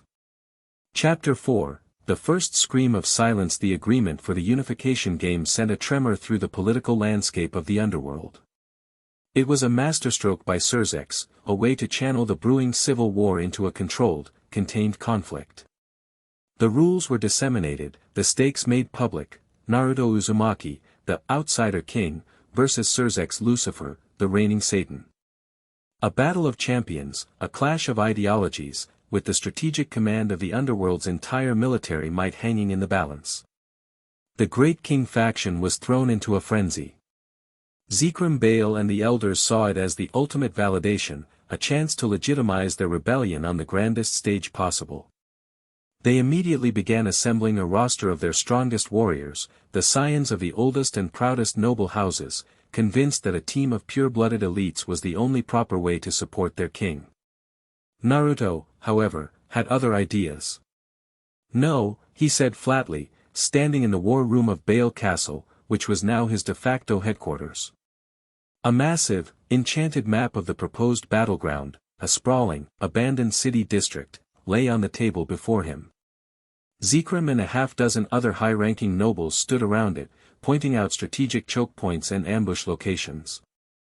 "I'm not leading a team of arrogant bluebloods who think they're better than everyone else," Naruto continued, ignoring their sputtering protests. "That's the whole point. I told Surzex his system was a weakness. I'm not going to prove him right by using it." "But my lord," a portly duke named Abaddon exclaimed. "These are the finest warriors of our faction. The strength of their bloodlines is unmatched." "Their bloodlines got Riser Phoenix a broken face and a shattered ego," Naruto shot back, his voice sharp. "I don't care about their family trees. I care about who can fight, who can follow orders, and who won't quit when things get tough. I'll pick my own team." His decision was final. He spent the next several days doing something that scandalized the noble elite: he walked among the commoners. With Grayfia as his ever-present guide and cultural translator, he visited the lower districts, the training grounds for low-class devils, and the sectors where reincarnated servants lived. He wasn't looking for power levels or famous names. He was watching. He sparred with them, talked with them, ate with them. He was looking for grit, for ingenuity, for that spark of determination in their eyes. Grayfia watched him, fascinated.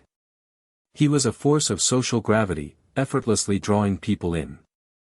He'd sit down with a group of burly, horned devils on their lunch break and, within minutes, have them laughing and eagerly demonstrating their unique, often scorned abilities. He found a young, cat-eared devil from the Nekashur tribe who could manipulate sound, an ability considered a mere parlor trick by the nobles. Naruto saw its potential for misdirection and communication. He discovered a hulking, golem-like devil who was ostracized for his slow speech and simple mind, but who possessed unparalleled defensive earth magic. Naruto praised his steadfastness, calling him the ultimate shield. He was building a team of underdogs, a collection of misfits and outcasts, just as he had been. He saw their potential, not their pedigree. To the nobles, it was madness. To Grayfia, it was a profound lesson in what true leadership looked like. It wasn't about commanding from a throne, it was about inspiring from the ground. During these preparations, something else was quietly developing. The space between Naruto and Grayfia was shrinking, both literally and figuratively. She was always at his side, providing context for his questions, subtly warning him of social faux pas, and defending his bizarre methods to the grumbling elders. In the evenings, after long days of training and recruitment, they would often find themselves in the castle library, a vast, dusty repository of demonic lore. Naruto, surprisingly, was an avid student. "If I'm gonna fight this silence thing," he'd said, "I need to know what I'm up against." He couldn't read the swirling, complex demonic script, so Grayfia would read to him. Her voice, usually so cool and formal, would soften as she translated ancient texts, her fingers tracing the faded lines of prophecies and historical accounts of cosmic anomalies.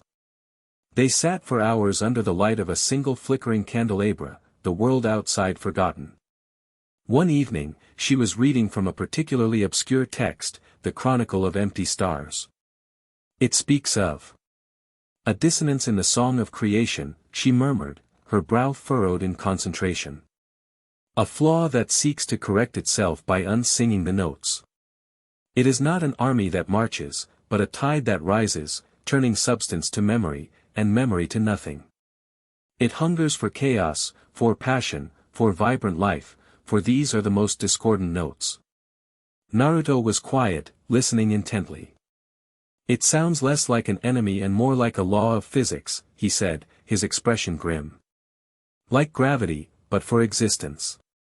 The text mentions a herald, she continued, a shard of the void given form to hasten the inevitable. It is said that where a herald walks, the world forgets how to be. As she spoke, her hand, gesturing to the text, brushed against his. A jolt, like static electricity, passed between them. It was the first time they had touched outside of a battle or a formal setting. She pulled her hand back as if burned, a faint blush rising on her cheeks. Naruto didn't pull away. He just looked at her, his blue eyes soft in the candlelight. Grayfia, he said, his voice quiet. Thank you. For all this. I'd be completely lost here without you. The simple, earnest gratitude in his voice did more to disarm her than any display of power. I am merely performing my duty, she replied, her gaze dropping back to the book, though the words were now a meaningless blur. Is that all it is? He asked gently. Duty? She didn't answer. She couldn't. The word, which had defined her entire existence, suddenly felt hollow, inadequate. Before the silence could become too heavy, a piercing alarm, a high-pitched magical shriek, echoed through the entire castle. They both shot to their feet. The alarm was a deep-level threat warning, one reserved for an existential crisis. Doors burst open down the corridor as guards and nobles scrambled in a panic. Zekrom Bale stormed into the library, his ancient face pale with fear. A communication from Lord Citri. The territory of Agars, it's gone dark. Gone dark? Naruto demanded. What does that mean? All communication has been severed. Zekrom explained, his voice trembling. Teleportation circles are failing.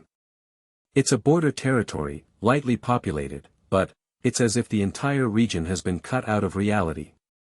Surzek sent an initial reconnaissance force from a nearby garrison. They crossed the border an hour ago. We just received a single, garbled transmission before they too went silent. What did it say?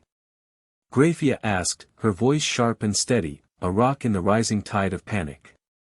Zekrom swallowed hard. Just one word, repeated over and over. Silence, silence, silence. The word hung in the air, cold and heavy.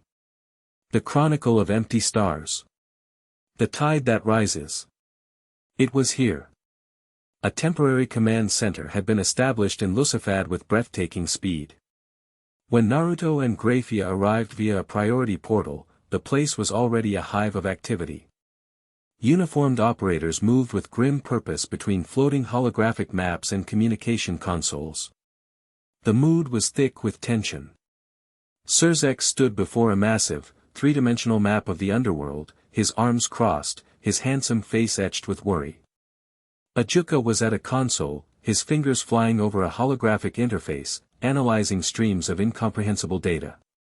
Serafal stood by the map, her usual cheerful demeanor replaced by a stone-cold fury. Naruto, Surzek greeted him, his voice tight. Thank you for coming. The situation is critical. He pointed to a section of the map that was flickering and distorted, a blotch of angry static on the otherwise clear topography. This is the Agars territory. We've lost everything within this 800 square mile radius. The first recon team, 50 elite knights, vanished without a trace. I managed to get a single, corrupted data packet out before their comms went dead, Ajuka said, not looking up from his work. The energy readings are impossible. They don't conform to any known laws of physics or magic. It's a field of absolute null energy. It's not destroying matter, it's deconstructing it. Unmaking it. The Herald, Grayfia whispered, her face ashen. Naruto placed a comforting hand on her shoulder, a small, grounding gesture. We sent a second team, Seraphol said, her voice dangerously quiet. Led by my knight, Lord Orvan. He's one of the fastest devils alive. He was to perform a high-speed flyby, observe, and immediately retreat. That was 30 minutes ago. As she spoke, a red light flashed on Ajuka's console. Signal, he said, his voice strained. A single life sign, moving at incredible speed, just crossed back out of the null zone. A moment later, a portal sizzled open in the center of the command room, and a figure stumbled out, collapsing to the floor. It was Lord Orvan. Or what was left of him. His sleek, black armor was cracked and pitted, as if eroded by acid. He was shaking uncontrollably, his eyes wide with a terror so profound it seemed to have scoured his very soul.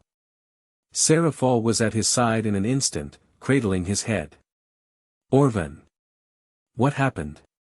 What did you see? He flinched, trying to scramble away, his gaze darting around the room as if expecting an attack. Glass. Angels of glass and silence, he babbled, his voice a choked, broken thing. They don't make a sound, they just erase.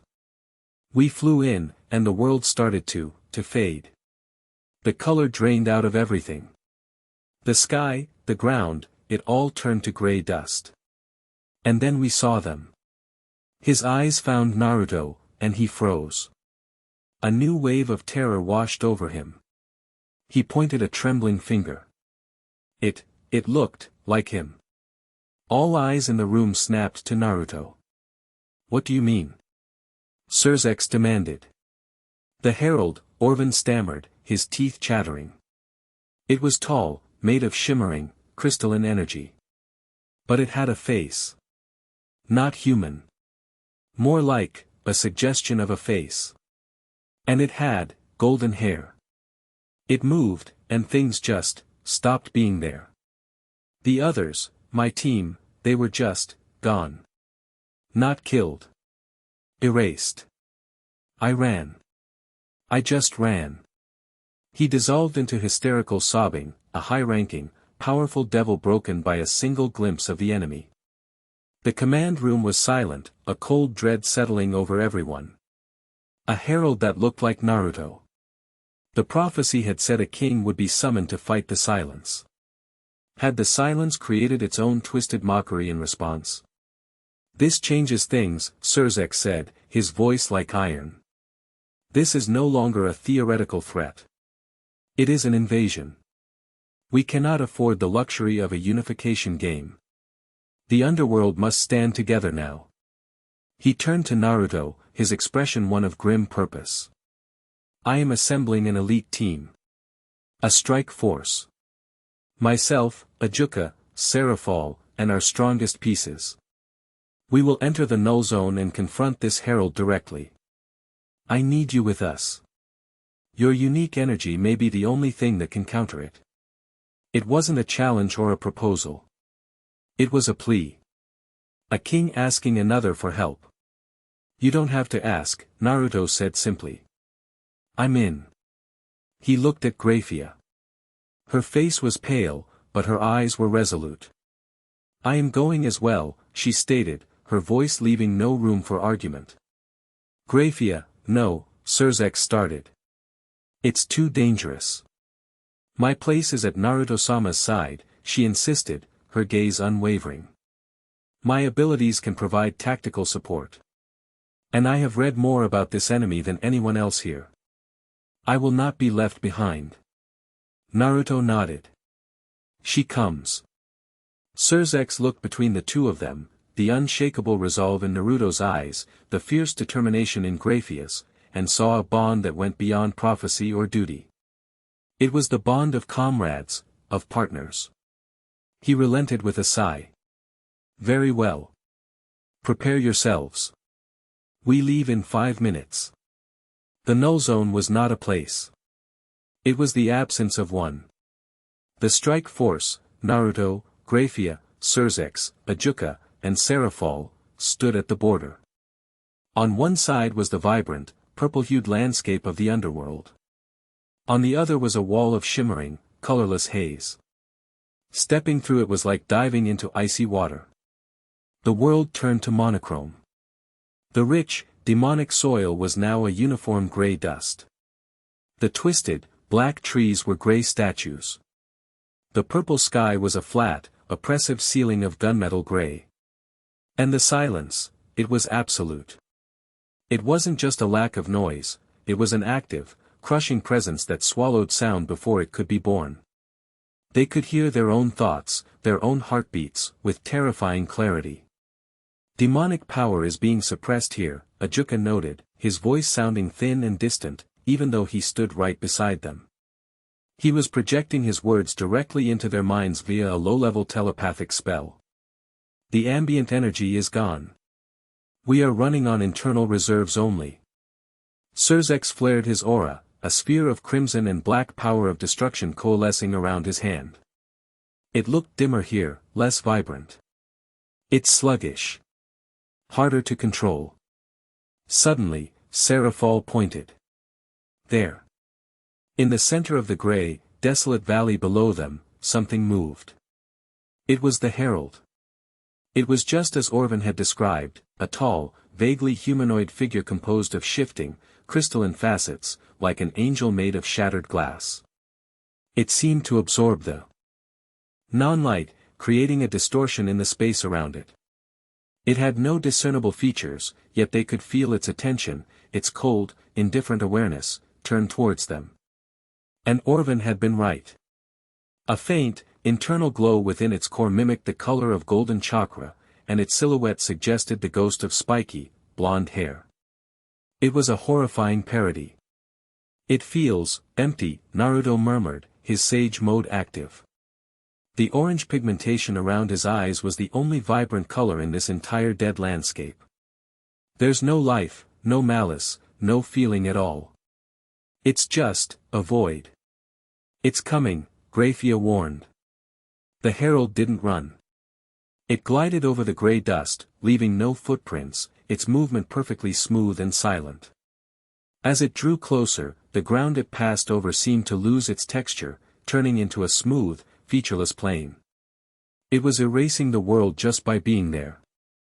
Engage. Surzex commanded. He unleashed his power first. A stream of pure destruction, a force that could erase anything from existence, shot toward the Herald. But here, in the null zone, it was slower. The Herald simply tilted its head, and the space before it seemed to warp. The power of destruction didn't hit a barrier, it just unraveled, its complex magical formula deconstructed into inert energy before it could make contact. Ajuka tried next, creating a dozen complex magical formulas that swirled around the Herald, designed to trap it, to analyze it, to deconstruct it. The Herald merely raised a hand, and the intricate spells froze, shattered like glass, and dissolved into gray motes of dust. Seraphol screamed, a cry of pure rage, and unleashed a blizzard of ice, her demonic power so cold it could freeze the concepts of time and space. The ice, a beautiful, vibrant blue in the normal world, was a dull gray here. It swarmed the Herald, encasing it in a massive glacier. For a moment, they thought it had worked. But then, cracks of non-light spread through the ice. The glacier didn't melt, it was unmade from the inside out, crumbling into a fine, gray powder. The Herald was now only 50 feet away. It had weathered the attacks of 2 great Satans and a master magical theorist without moving from its spot. It was untouchable. Unbeatable. It's nullifying our magic, Ajuka stated, his voice strained with disbelief. Its very presence is an anti-magic field. It deconstructs complex energy systems. Then we have to get physical. Naruto yelled, the sound of his actual voice a shocking intrusion in the silence. He flared his own power, but it wasn't demonic. A torrent of brilliant, vibrant golden energy exploded from him, a sun erupting in the heart of the gray wasteland. He entered his Karama chakra mode, a cloak of pure, living energy that pushed back against the oppressive silence. The gray ground around his feet began to regain a hint of its dark color, as if his very presence was reinfusing it with the concept of life. The herald recoiled. It was the first reaction it had shown.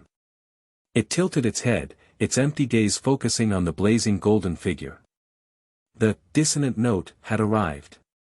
It doesn't like that. Naruto grinned, a flash of white in the gold. It's not magic. It's pure life force. Grayfia. She understood instantly. While the other's power was being nullified, Naruto's was a direct counter. But he couldn't fight it alone. I need an opening, he shouted. On it.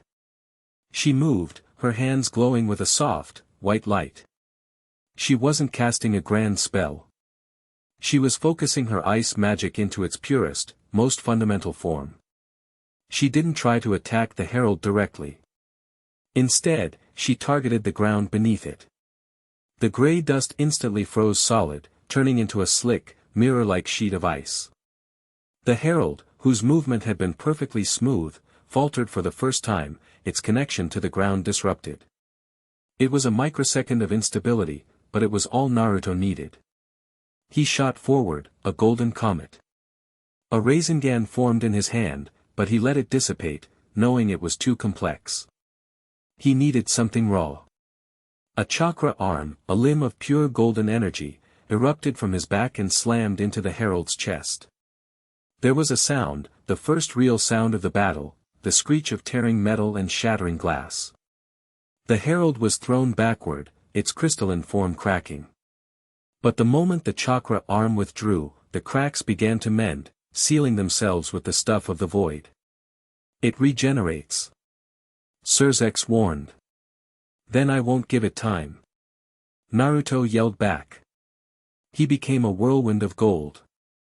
He didn't use jutsus. He used raw, unadulterated power and skill. He flowed around the herald, his fists and feet wreathed in Kurama's chakra, landing blow after blow. Each impact sent shockwaves of golden light and shattering crystal through the gray air. Grayfia became his partner in the deadly dance. She didn't attack. She controlled the battlefield. A wall of ice would spring up to block the herald's path, forcing it into Naruto's attack. A sudden sheet of frost would cover its limbs, slowing it for a critical instant. Her magic, used subtly and precisely, wasn't being erased because it wasn't targeting the herald directly. She was manipulating the environment, providing the openings, anticipating Naruto's every move. They moved in perfect, unspoken sync, a symphony of explosive offense and elegant control. Surzex, Ajuka, and Seraphol could only watch, their own immense power rendered useless. They were witnessing a form of combat their world had never conceived of. It wasn't about overwhelming power, it was about conceptual advantage and perfect teamwork. The herald, for the first time, seemed to be on the defensive. It was being overwhelmed. It raised both arms, and the null field around it intensified. The gray began to creep in on Naruto's golden cloak, trying to snuff it out. It's trying to erase me. Naruto grunted, the pressure immense. I need to end this now. He gathered his energy. A massive amount of it. This had to be the final blow. Grayfia. Freeze it. Everything you've got.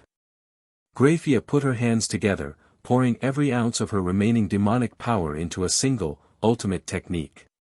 A wave of absolute zero cold erupted from her, a crawling frost that was so intense it wasn't just freezing matter, but the space it occupied. The herald was caught in the expanding wave, its movements becoming sluggish, its crystalline form frosting over, its null field weakening under the sheer, brute force thermal assault. Now, she screamed, her voice raw. Naruto shot upwards, high into the gray sky. He brought his hands together, the golden chakra of Kurama mixing with the vibrant, earthy energy of Sage Mode.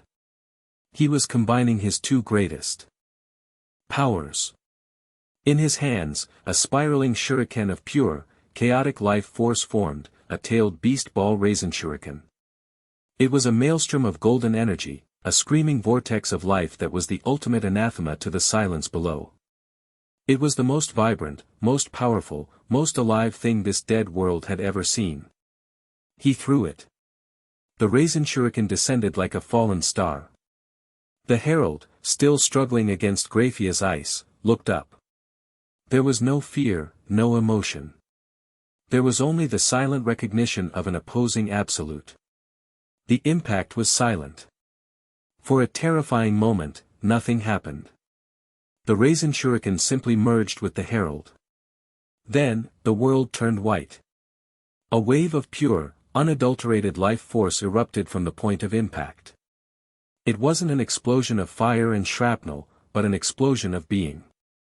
The gray dust was forcefully reinfused with color and substance.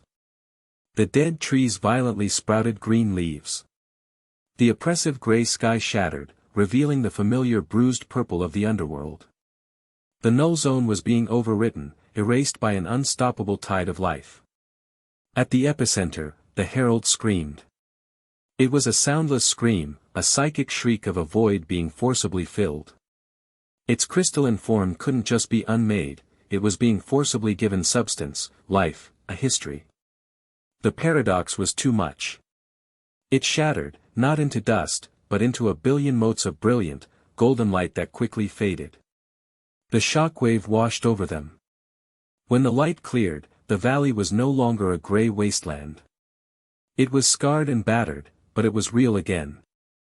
Naruto landed on the ground, his Kurama cloak dissipating, leaving him panting, his sage mode fading. He was exhausted but grinning. Grayfia rushed to his side, her own reserves nearly depleted. She put a hand on his arm to steady him, her touch lingering. "You did it," she breathed, her voice filled with awe. "No," he said, looking at her, his blue eyes clear and bright. "We did it." Surzex, Ajuka, and Serafal approached, their faces a mixture of shock, relief, and profound humility. They had been bystanders in their own world's defense. They had witnessed a power and a partnership that dwarfed their own. In the aftermath of the impossible victory, sharing a moment of shared exhaustion and triumph, the lines between them blurred. There was no Satan, no usurper king, no advisor. There were only 5 warriors who had stared into the abyss and, against all odds, had made the abyss blink. The unification game seemed a petty, childish thing now. They had faced their true enemy, together. And in doing so, they had already, unknowingly, begun to unite. Chapter 5, The Unification Game. The destruction of the Herald sent a shockwave through the Underworld's leadership far more potent than any political maneuvering. The truth of the chorus of silence was no longer a prophecy or a distant threat, it was a clear and present apocalypse. The null zone in the Agar's territory had receded, but the psychic scar it left on every high-class devil who had sensed its presence was deep and chilling. The broken testimony of Lord Orvan and the first-hand account of the 3 Satans painted a picture of an enemy beyond their comprehension, a foe that their traditional methods of warfare were utterly useless against. In the immediate aftermath, there was a hushed, tense truce. The preparations for the unification game were put on hold. Surzex, Ajuka, and Serafal sequestered themselves with their top analysts, poring over the data Ajuka had managed to collect and the lingering energy signatures from the battle. They were trying to understand an enemy that defied understanding. Naruto, meanwhile, had become an unwilling celebrity. His role in defeating the Herald had transformed him from a political curiosity into a messianic figure. The low-born and reincarnated devils he had spent time with now looked at him with open reverence. He was the Golden Sage, the Life-Bringer, the one whose power had pushed back the void. The old nobles of the Great King faction were torn, they were wary of his revolutionary ideas but couldn't deny his power. He was their prophesied king, and he had delivered a victory that the Satans could not. The tension was palpable. The underworld was a powder keg, united in fear of the chorus but deeply divided on who should lead them through the coming storm. Surzex knew a decision had to be made, and it had to be made publicly.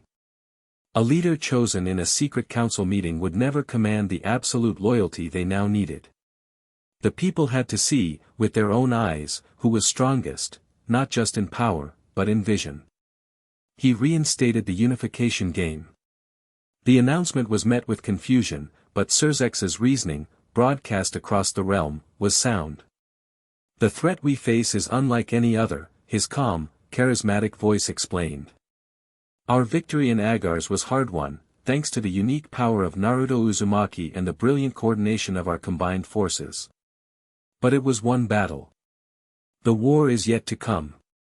We cannot afford to be divided. We cannot afford to second-guess our leadership.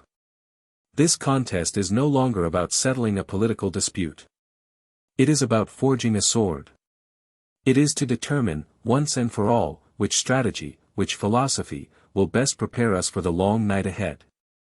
The duel's nature was changed. It would not be a simple team deathmatch. Ajuka Beelzebub, the master strategist, redesigned the contest. It would be a grand-scale, objective-based wargame held in a massive, magically created replica of the capital city, Lusafat. Each team would have a king, piece, Naruto and Surzex respectively. The goal was not to simply eliminate the other team, but to capture the enemy's nexus, a heavily fortified position deep within their territory, while defending your own. It was a test of strategy, teamwork, and leadership, not just brute force. The teams were announced.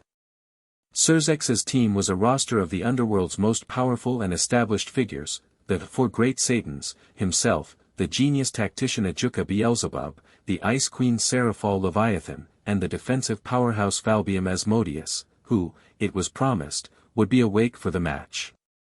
They were supported by a hand-picked selection of their queens and other powerful peerage members, including Surzex's own wife, the silver-haired woman who had confronted Naruto at Bale Castle, Grayfia Lucifuge.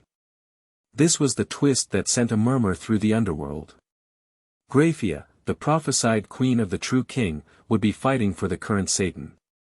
The reason given was simple and logical: she was a Gremari by marriage and contract, and her loyalty was to her king, Surzex. But everyone knew the truth.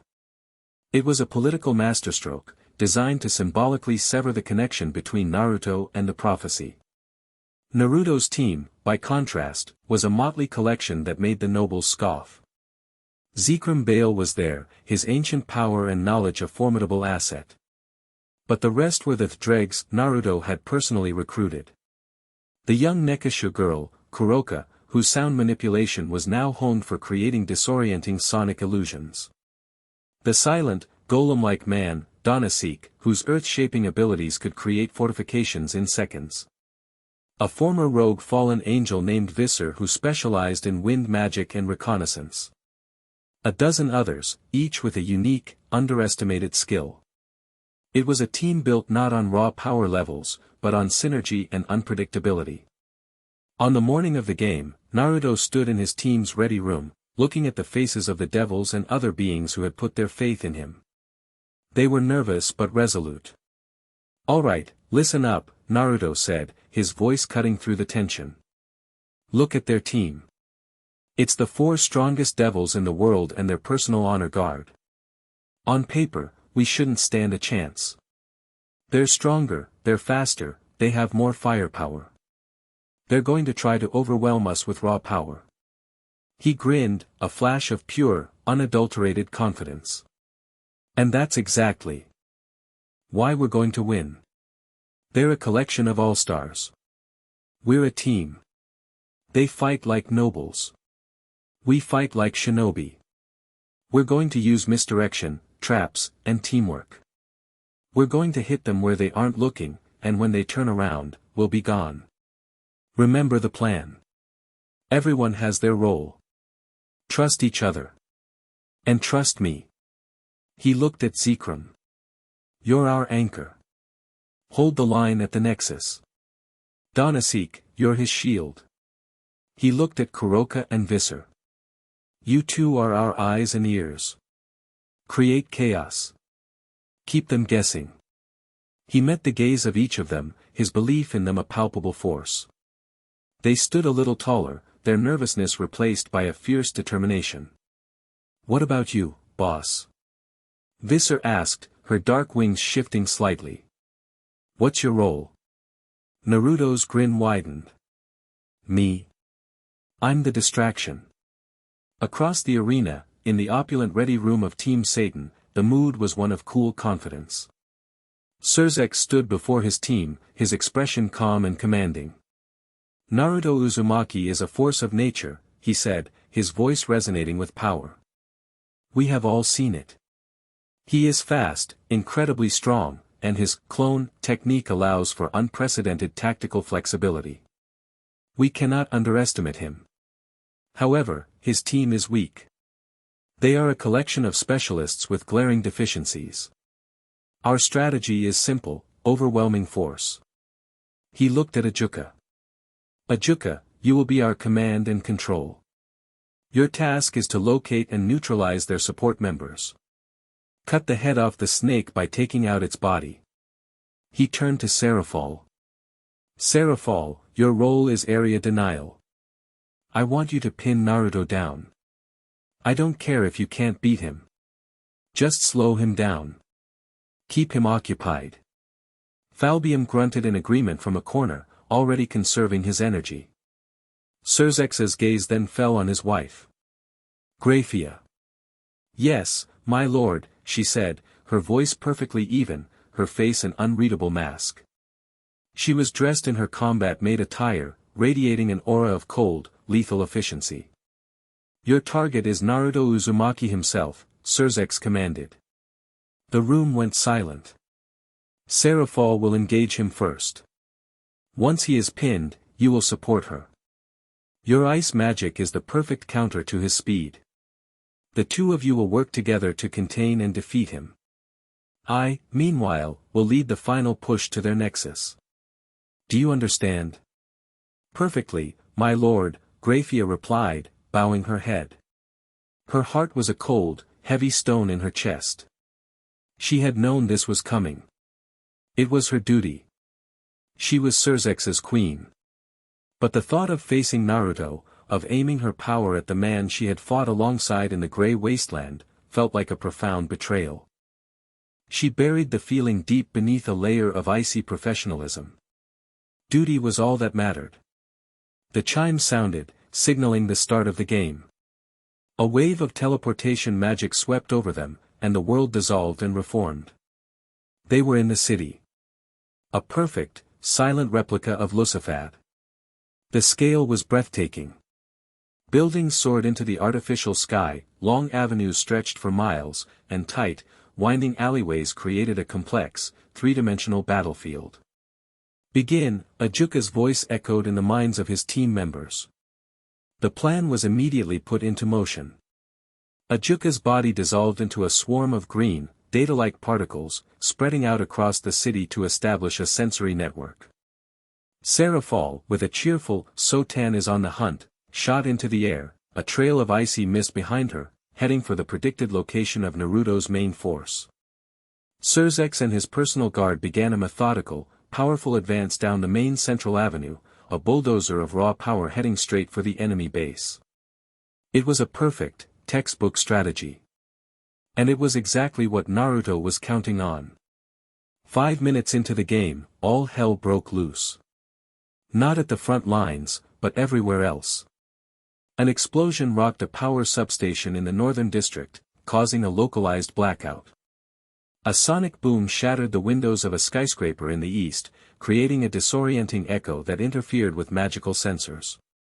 A sudden rock slide, triggered by Donaseek, blocked a key intersection, forcing Surzex's advance to reroute. Ajuka, spread thin across the city, felt his network being harassed by a dozen minor, irritating attacks at once. "They're not consolidating their forces," he reported to Surzex.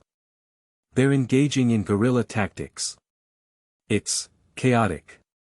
Meanwhile, Seraphol found him. Or rather, she found 100 of him.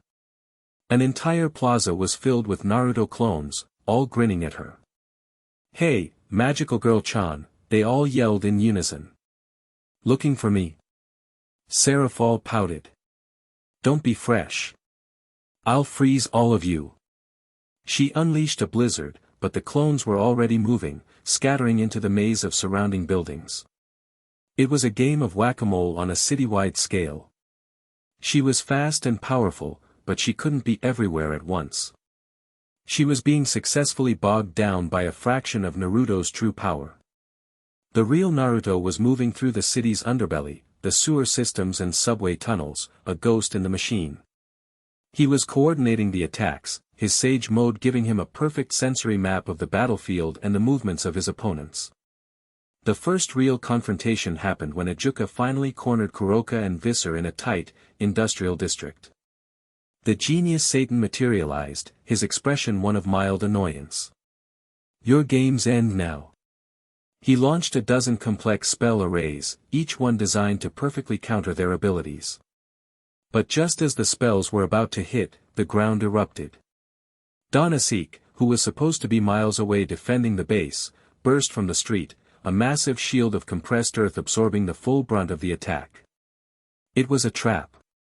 Naruto had used the clones to mask his team's movements, creating a kill zone for one of the Satans. The three of them, Kuroka, Visser, and Donasek, unleashed a coordinated assault. It wasn't powerful enough to defeat Ijuka, but it was enough to force the master tactician, the brain of their operation, onto the defensive. The carefully laid plan of Team Satan was beginning to unravel. Surzex realized it first. This is not chaos, he murmured, as another random explosion forced his team to halt. This is a strategy. He's pulling us apart. He looked at the woman beside him. Grayfia. Change of plans. Find Naruto. The real one. He's the linchpin. You must stop him. Grayfia nodded, her expression grim. She closed her eyes, extending her senses, filtering out the overwhelming noise of the clones.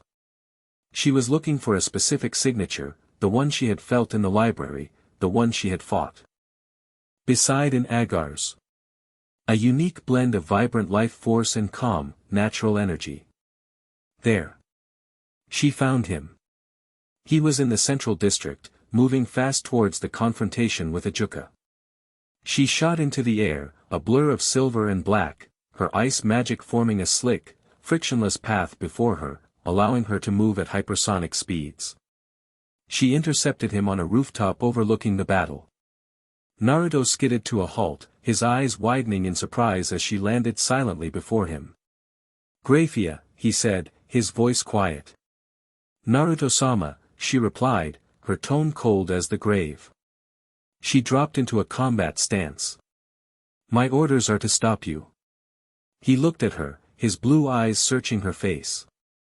He saw the conflict she was trying so desperately to hide. He saw her duty warring with her conscience. You don't have to do this, he said softly. I do, she replied, and a storm of razor-sharp ice shards materialized in the air around her, all aimed at him. It is my duty. Duty is just an excuse when you're afraid to choose, he shot back, his own stance shifting. The air around him grew heavy. The battle began. It was not a clash of titans like Naruto versus Surzex would be. It was a duel of absolute precision. Naruto was faster, but Grayfia's ice was everywhere. She didn't try to hit him directly. She changed the battlefield. The rooftop became a treacherous skating rink. Walls of ice erupted to block his path. A fine, chilling mist filled the air, attempting to slow him, to steal the heat from his body. She knew his movements.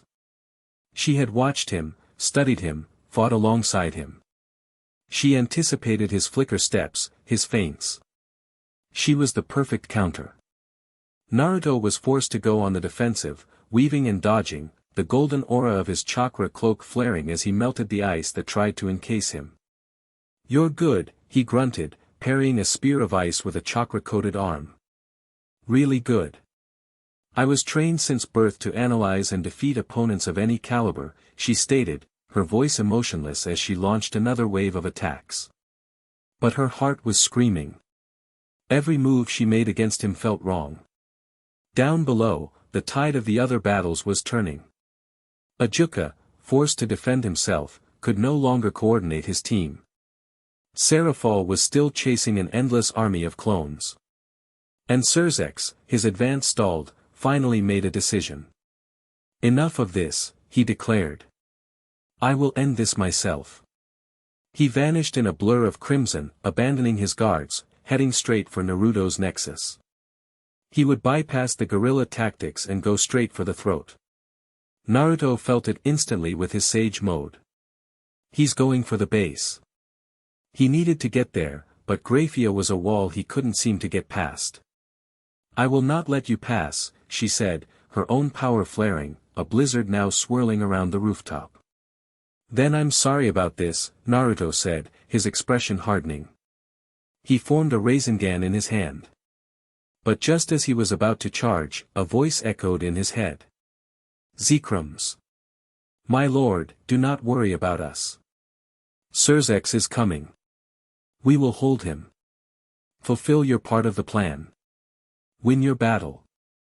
Naruto hesitated, looking from Grayfia to the distant explosions that marked Surzex's path. He trusted his team. He had to. He turned his full attention back to the woman in front of him. You're not trying to beat me, he said, the realization dawning on him. You're just trying to hold me here. Just like Serafal. Grayfia didn't answer, but her eyes flickered. It's a smart plan, Naruto admitted. But it's not going to work. He vanished. Not with a flicker step, but completely. He had used a body flicker jutsu combined with a clone feint, a classic shinobi trick she had never seen before. One moment he was there, the next, a clone stood in his place, which she promptly shattered with an ice spear. She spun around, searching. It's over, Naruto-sama. You cannot, I'm not trying to get past you anymore, his voice said, right behind her. She whirled around, and he was there, inches from her, his hand outstretched. But he wasn't holding a Rasengan. His palm was open, harmless.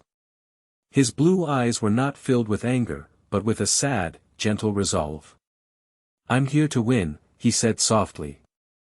Before she could react, he tapped her forehead with 2 fingers. It wasn't an attack. There was no pain. But a jolt of his chakra, warm and gentle, flowed into her. It didn't harm her, it disrupted her control. Her connection to her own intricate ice magic wavered for a fraction of a second, like a radio station dissolving into static. The blizzard around them faltered. In that single moment of hesitation, his other hand wrapped gently around her wrist. He pulled her forward, off balance, and with a fluid motion that was less a takedown and more a dance, he spun her around and dipped her, her back supported by his arm. Her silver hair cascaded down, almost touching the rooftop. She was completely, utterly at his mercy. Her heart hammered against her ribs. Her face was inches from his. She could see the flecks of gold in his blue eyes, feel the warmth of his breath. The world seemed to slow to a stop. Checkmate, he whispered. A chime echoed across the entire arena. A female, automated voice announced, Grayfia Lucifuge, defeated. According to the rules, being physically restrained and unable to fight constituted a loss. He had beaten her. Not with overwhelming force, but with precision, grace, and an unwillingness to hurt her. He gently lifted her back to her feet. The spell was broken. She stared at him, her mind reeling, her duty forgotten, replaced by a tumultuous storm of emotions. But there was no time. In the distance, a colossal explosion of crimson energy erupted, so powerful it shook the entire city construct. It was Surzex, unleashing his power of destruction against the defenses of Naruto's base. Naruto's expression became deadly serious. Stay here, he said to her, his voice soft but firm. Then he was gone, a golden streak heading towards the final confrontation.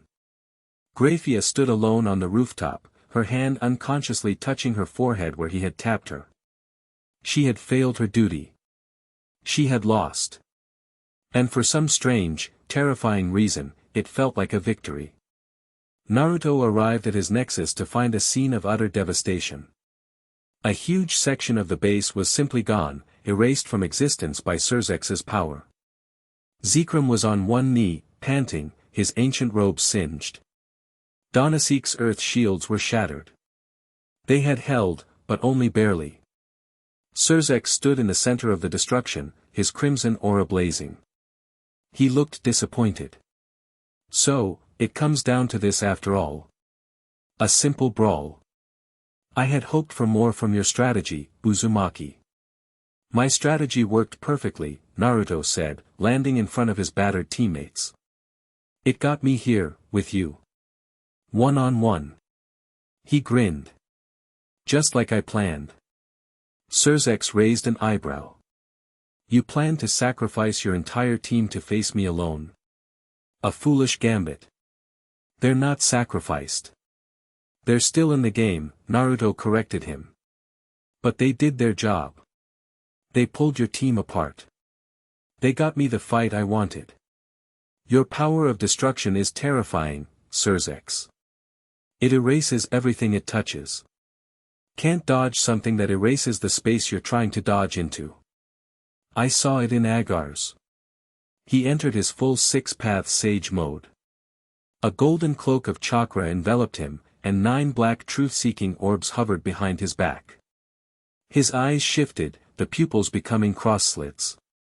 The sheer power radiating from him was so immense, so vibrant, that it pushed back against Surzex's destructive aura.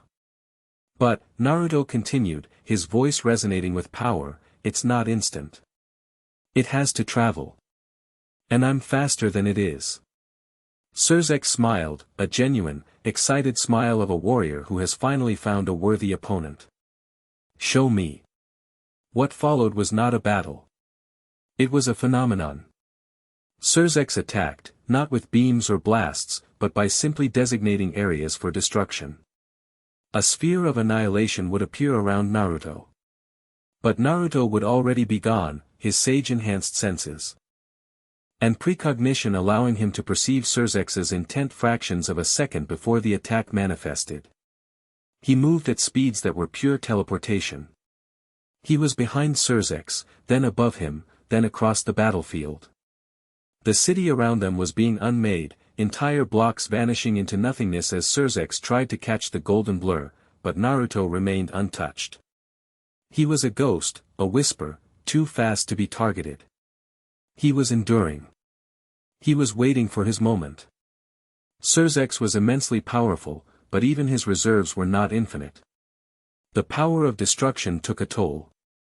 After a solid minute of this impossible dance of annihilation and evasion, Naruto saw it. A flicker of fatigue in Surzex's eyes. A fraction of a second's delay in the manifestation of his power. Now. Naruto didn't attack with a Raisin Shuriken or a tailed beast bomb. That would be a contest of raw power, one he might not win against an opponent who could simply erase the attack. He used speed. He closed the distance in an immeasurable fraction of a second. He was inside Surzex's guard, too close for a large-scale destructive field to be used without Surzex catching himself in it. Surzex's eyes widened in shock. He tried to unleash a point-blank burst of power, but Naruto was faster. He didn't throw a punch. He didn't land a devastating blow. His hand, glowing with golden chakra, gently came to rest on Surzex's chest, right over his heart. The entire battlefield fell silent. Surzex froze, looking down at the hand that could, in an instant, pump enough power into him to vaporize him from the inside out. He had lost. Not because he was overpowered, but because he was outmaneuvered, out-endured, and ultimately, outplayed. Naruto looked him in the eye, his expression serious, respectful. The king protects everyone, he said, his voice quiet but firm. Let me protect your people. With you. In that moment, Surzex Gremory, the great Satan Lucifer, saw not a usurper. He saw not a barbarian or a threat.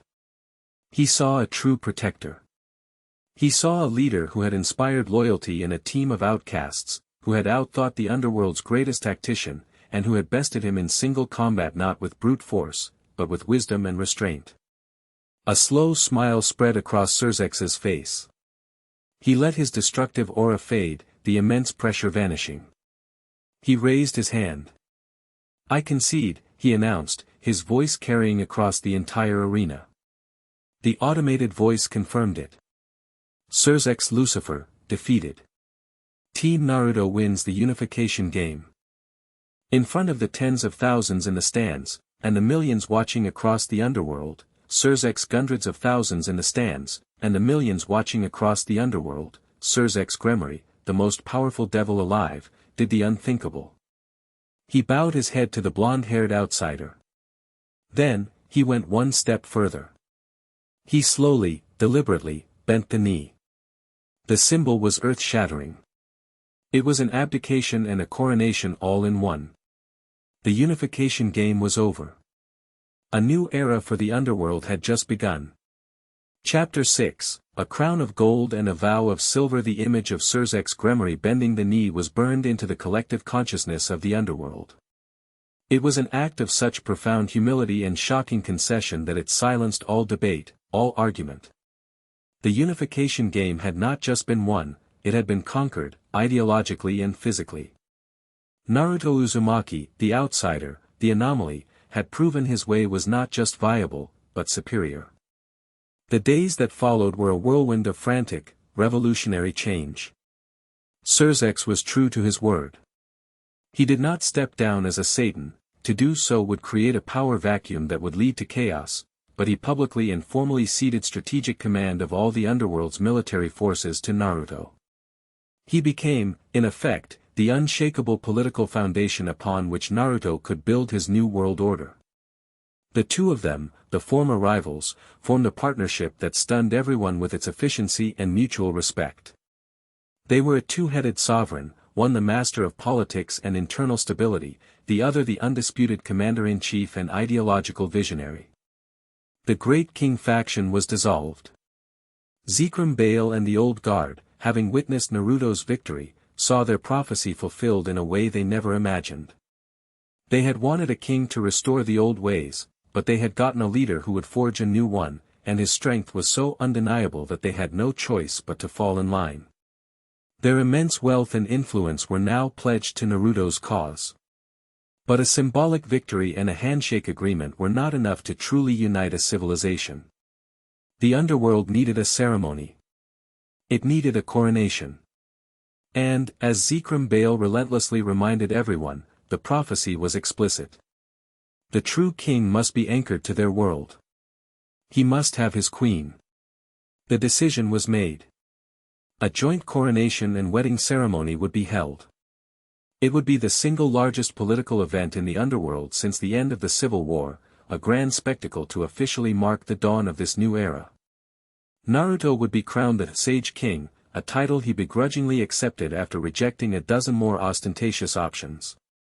And he would be married to Grayfia Lucifuge.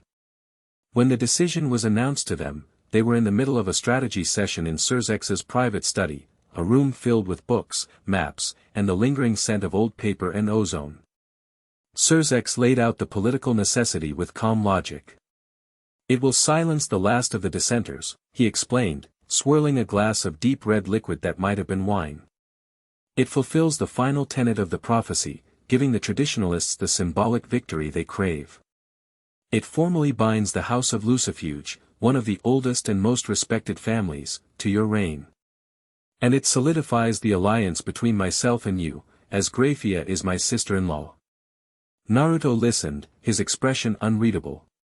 His gaze flickered to Grayfia, who stood near the window, her back to them, looking out at the glittering lights of Lucifat. She hadn't said a word. Her silver braid seemed to hang heavier than usual. "It's a political marriage," Naruto stated flatly. "A transaction. All royal marriages are, to some extent," Surzex said gently. "But few have the potential to be as powerful a partnership as this. You have seen her competence, her loyalty. There is no one better suited to stand beside you, to help you navigate our world. That's not The point, Naruto said, his voice low. He stood up and walked over to the window, stopping a few feet from Grayfia. Grayfia. She turned slowly, her face a perfect, porcelain mask. But her gray eyes, usually so calm and calculating, were like a stormy sea. Yes, Naruto-sama. Do you want this? He asked, his voice quiet, meant only for her. The question struck her with the force of a physical blow. In her entire life, a life defined by duty, by service, by the rigid expectations of her family and her station, no one had ever asked her what she wanted. Her wants had never been a factor. They were an irrelevance. Her training, her ingrained discipline, screamed at her to give the proper answer. It is my duty. It is the greatest honor. But the words caught in her throat. She looked at him, at the earnest, unwavering sincerity in his blue eyes. He wasn't asking as a king, but as a man. And he deserved an honest answer. She began, her voice barely a whisper. I do not know. She hated how weak she sounded. My entire life has been a path leading to this moment. I was taught to believe it was my sole purpose. But that purpose was to serve a symbol, a prophecy. Not a person. She took a shaky breath. I no longer serve the prophecy, Naruto-sama. I serve you. But I do not know if I am doing so out of a continued sense of duty, or something else. To enter into this union without that clarity would be a disservice to us both. It was the most honest, vulnerable thing she had ever said. Naruto listened, his expression softening. He understood.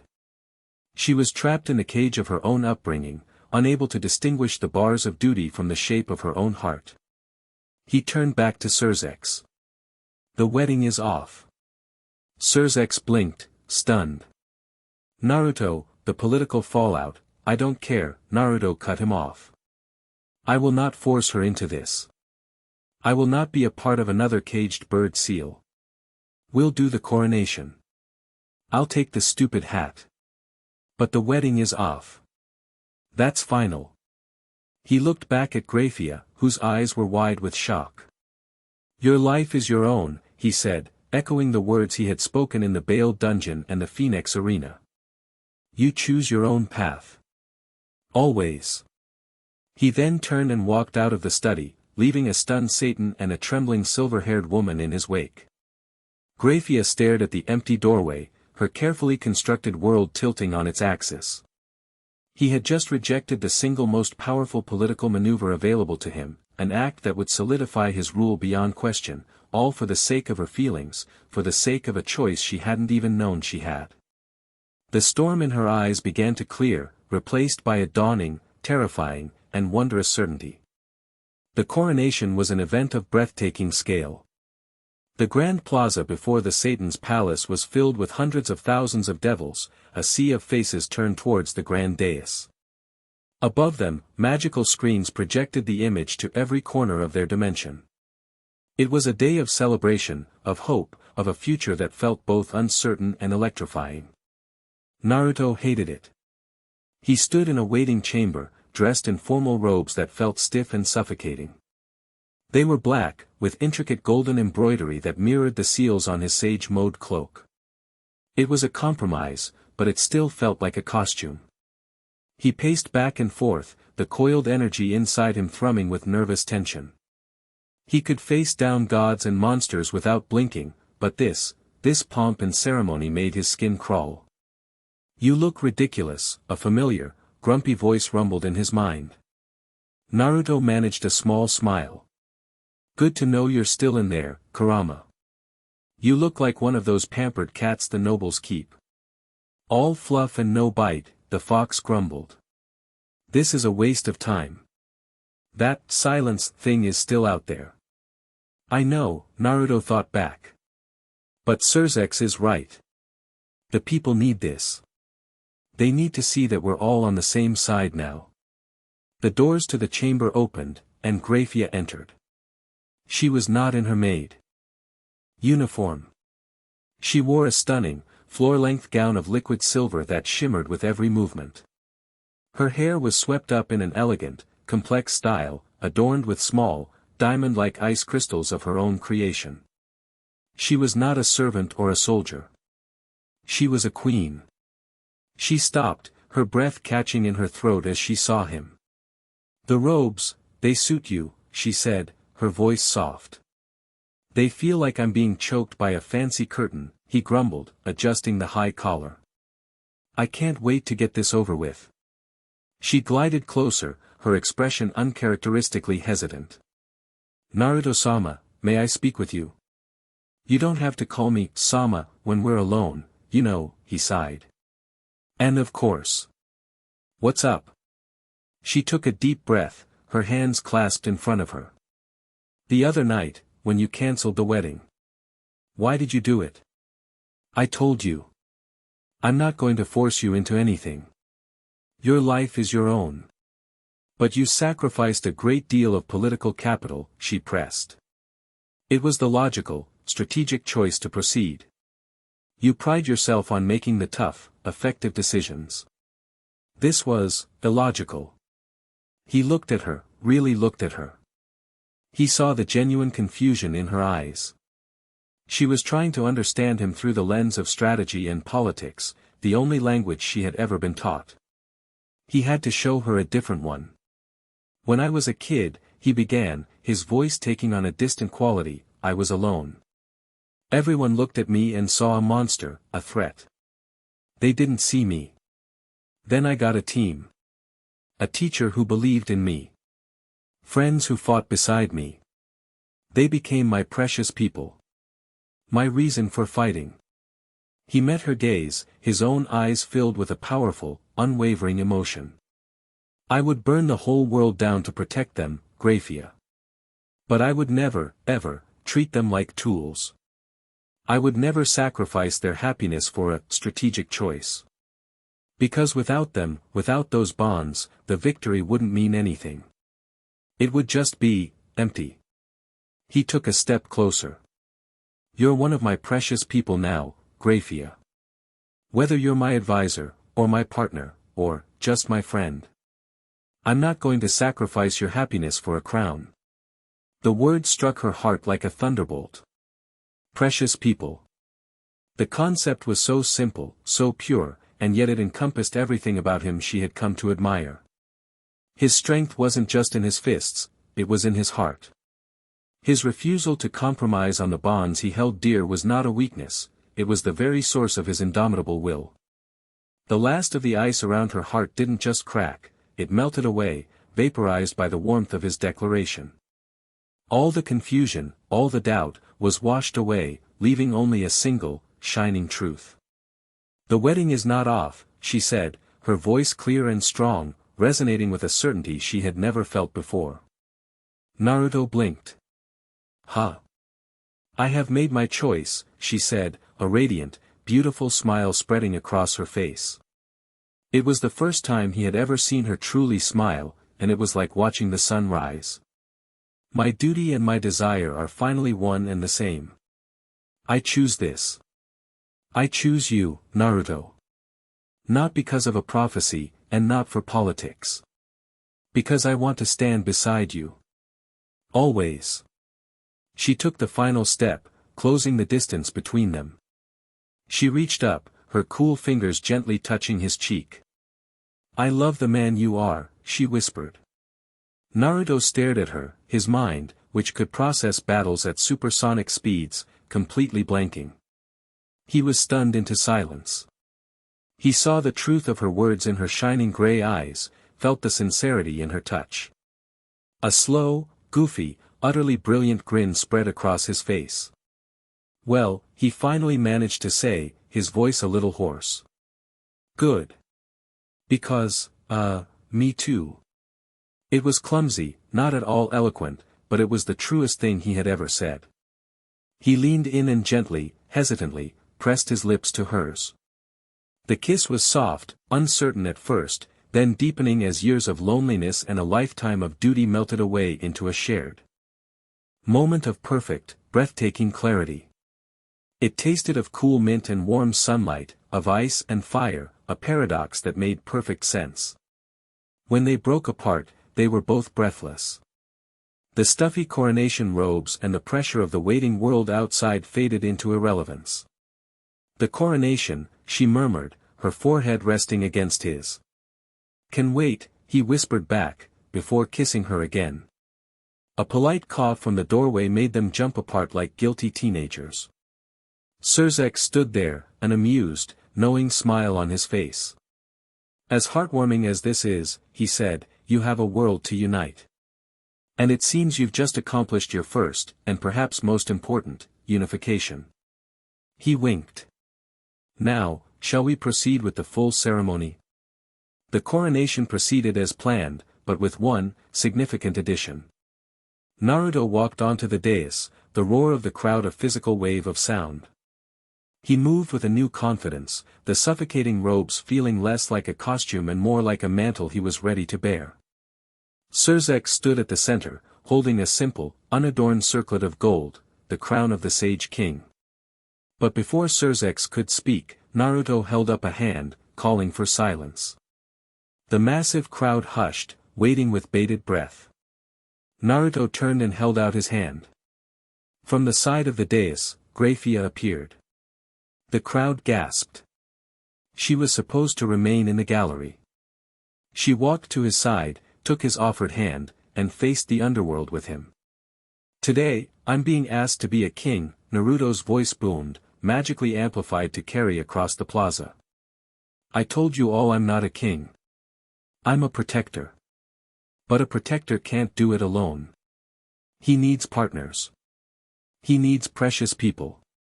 He squeezed Grayfia's hand. This woman, he declared, his voice ringing with pride, is the smartest, strongest, and bravest person I have ever met. She stood against me in battle out of duty, and fought beside me against the void out of courage.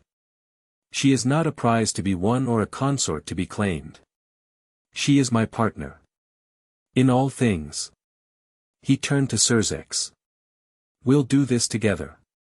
The coronation became a wedding. In front of the entire underworld, they exchanged vows. They were not the flowery, ancient oaths of nobles, but simple, direct promises spoken from the heart. I, Naruto Uzumaki, take you, Grayfia Lucifuge, to be my wife, my partner, and my queen, he said, his voice steady. I promise to always have your back, to listen to you even when you're telling me I'm being an idiot, and to protect your smile above all else. My life is yours. Grayfia's eyes glistened with unshed tears, but her voice was strong. I, Grayfia Lucifuge, take you, Naruto Uzumaki, to be my husband, my partner, and my king. I promise to be your guide in this world, to be your shield in the courts, and the sword at your side. My heart is yours. Surzek, acting as officiant, placed the golden circlet on Naruto's head. By the ancient laws and the new dawn, I pronounce you Sage King of the Underworld. Then he smiled. And I pronounce you husband and wife. The roar from the crowd was deafening, a wave of pure, joyous energy that shook the very foundations of the city. It was a moment of absolute triumph, of perfect unity. A new king and queen, a new hope, a new future. And it was in that perfect moment of joyous, chaotic, vibrant life, that the chorus of silence chose to answer. It did not attack physically. It did not send a herald. It did something far more terrifying. A wave of psychic energy, cold and vast as the space between galaxies, washed over the entire plaza. It bypassed every ward, every shield. It touched the mind of every single devil present, from the strongest Satan to the lowliest imp. And it spoke. There were no words, but a single, telepathic sentence was imprinted directly onto their souls, accompanied by a horrifying vision, a cosmos of silent, gray dust, a universe devoid of color, sound, and life. The anomaly will be corrected. The cacophony will be silenced. The voice was not angry. It was not hateful. It was a statement of fact, as cold and inescapable as entropy. It was the universe itself declaring them an error. The joyous celebration ground to a screeching, terrifying halt. The cheering died, replaced by a collective gasp of horror. Hundreds of thousands of devils clutched their heads, their faces pale, the chilling message echoing in their minds. The hope of the new era was, in a single instant, replaced by the certainty of impending doom. The war had been declared. Grayfia stumbled, her hand flying to her temple, her face ashen. Naruto caught her, pulling her close. The message had washed over him too, a wave of absolute nullity that made Kurama roar in fury within him. But he did not falter. He stood firm, a pillar of defiance against the cosmic dread. He held his shaken wife, his new queen, and looked out at the sea of terrified faces, his people. His gaze swept over the city, the underworld, his new home. A fierce, protective fire ignited in his eyes, so bright it seemed to burn away the psychic chill. The golden energy of his chakra flared around him, a beacon of defiant life in the face of the encroaching silence. He didn't say a word. He didn't need to. His expression said it all. He had their attention. Good, he thought, his own silent message directed at the void. You wanted a war. You've got one. The Sage King and his queen stood together, a silent promise passing between them. The celebration was over. The real work was about to begin. Chapter 7, The Sage's Revolution. The psychic declaration of war from the chorus of silence did not break the underworld, it tempered it. The shared, terrifying experience forged a bond of unity that no ceremony or political maneuvering ever could. The threat was no longer an abstract concept debated by the elite, it was a cold dread that lingered in the back of every devil's mind. The abstract fear had a name, and now, a voice. Fear, Naruto knew, could be a powerful motivator. In the week following the coronation, a grim, focused energy settled over Lusafat. The underworld was mobilizing for total war. Under the joint command of Naruto and the Satans, the transformation began. Surzex and Ijuka handled the logistics, redirecting the vast resources of the noble houses towards weapons development, fortification, and civil defense. Sarah Fall, her playful demeanor gone, became a ruthless taskmaster, overseeing the training of mages and bolstering the realm's magical defenses. Falbium, now permanently awake, coordinated the deployment of garrisons along the underworld's dimensional borders, creating a network of early warning systems. But the most radical changes were happening under Naruto's direct supervision. He had made his case in the unification game, and now he was putting his philosophy into practice. His first official act as Sage King was an edict that sent shockwaves through the very foundations of their society. He abolished the peerage-based class system within the military. The decree was simple: from this day forward, rank, authority, and position in the newly formed United Underworld Defense Corps would be determined by merit, skill, and performance in the field, not by bloodline or the station of one's master. A low-born devil with the rank of captain would have authority over a high-born lieutenant.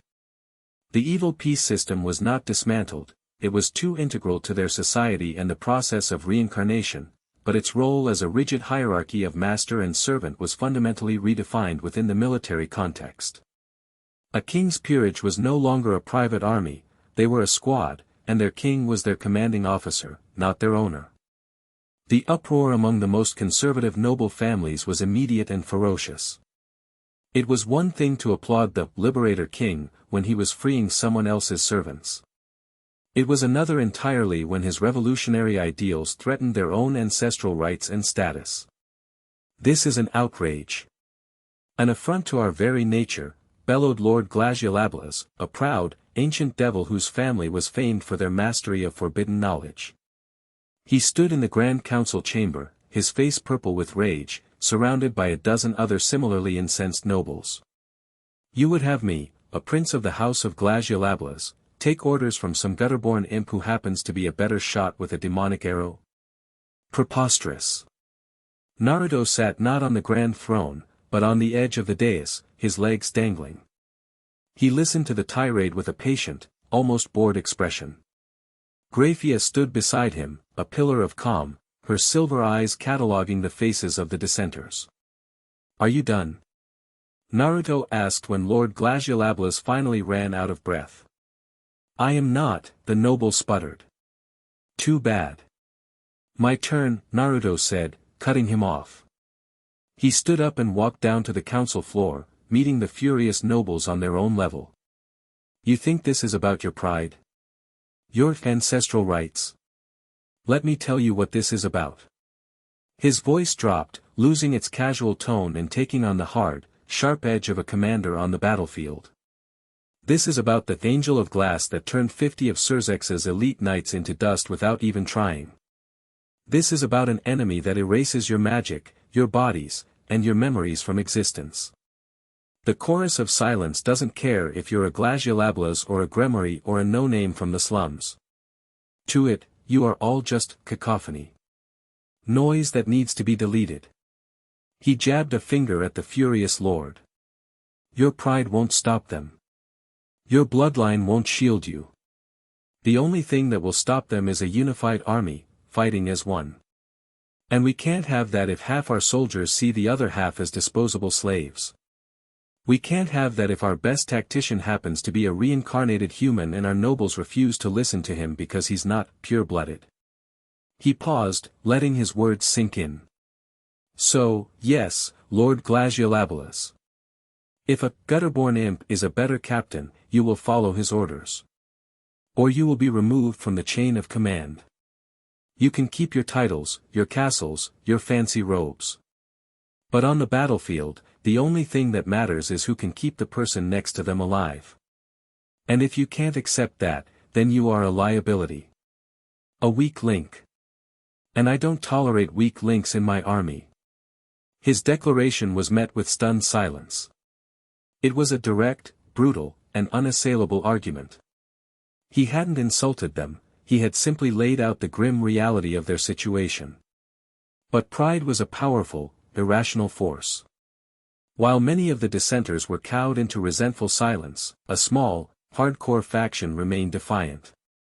They were led by a cunning and immensely powerful duke named Valak, a master of shadow magic and a man whose family had ruled their territory with an iron fist for 10,000 years. Duke Valak stepped forward, his expression a mask of cold fury. "Your words are persuasive, sage king. But they are the words of an outsider who does not understand our ways. You speak of a unified army, but you are creating division. My family and those loyal to us will not abide by this peasant's revolution. We will defend our own territories, with our own soldiers, under our own command. We will not be integrated into your commoners' corps." It was a declaration of secession. A challenge to Naruto's new authority.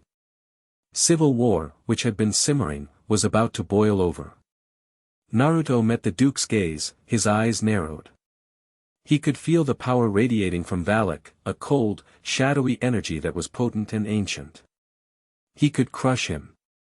A single Raisin Shuriken would end this rebellion before it began.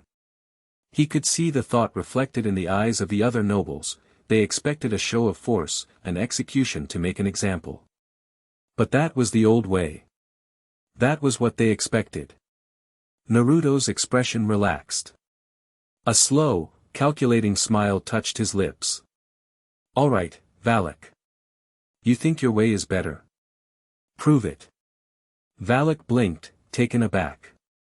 "What?" "You heard me," Naruto said, his voice carrying through the silent chamber. "I'm not going to fight you. That would just waste soldiers we're going to need. So we'll have a contest. Another game. A small one this time." He pointed at the defiant Duke. "You pick your best warrior. Your champion. I'll pick mine. They'll have a one-on-one duel, here in the capital, for everyone to see. But there's a catch." Naruto's grin widened. "They will fight using the new, integrated training techniques. They will be judged not just on power, but on their mastery of the fundamental skills I've been teaching: chakra control for energy efficiency, clone feints for misdirection, weapon proficiency, and tactical adaptability.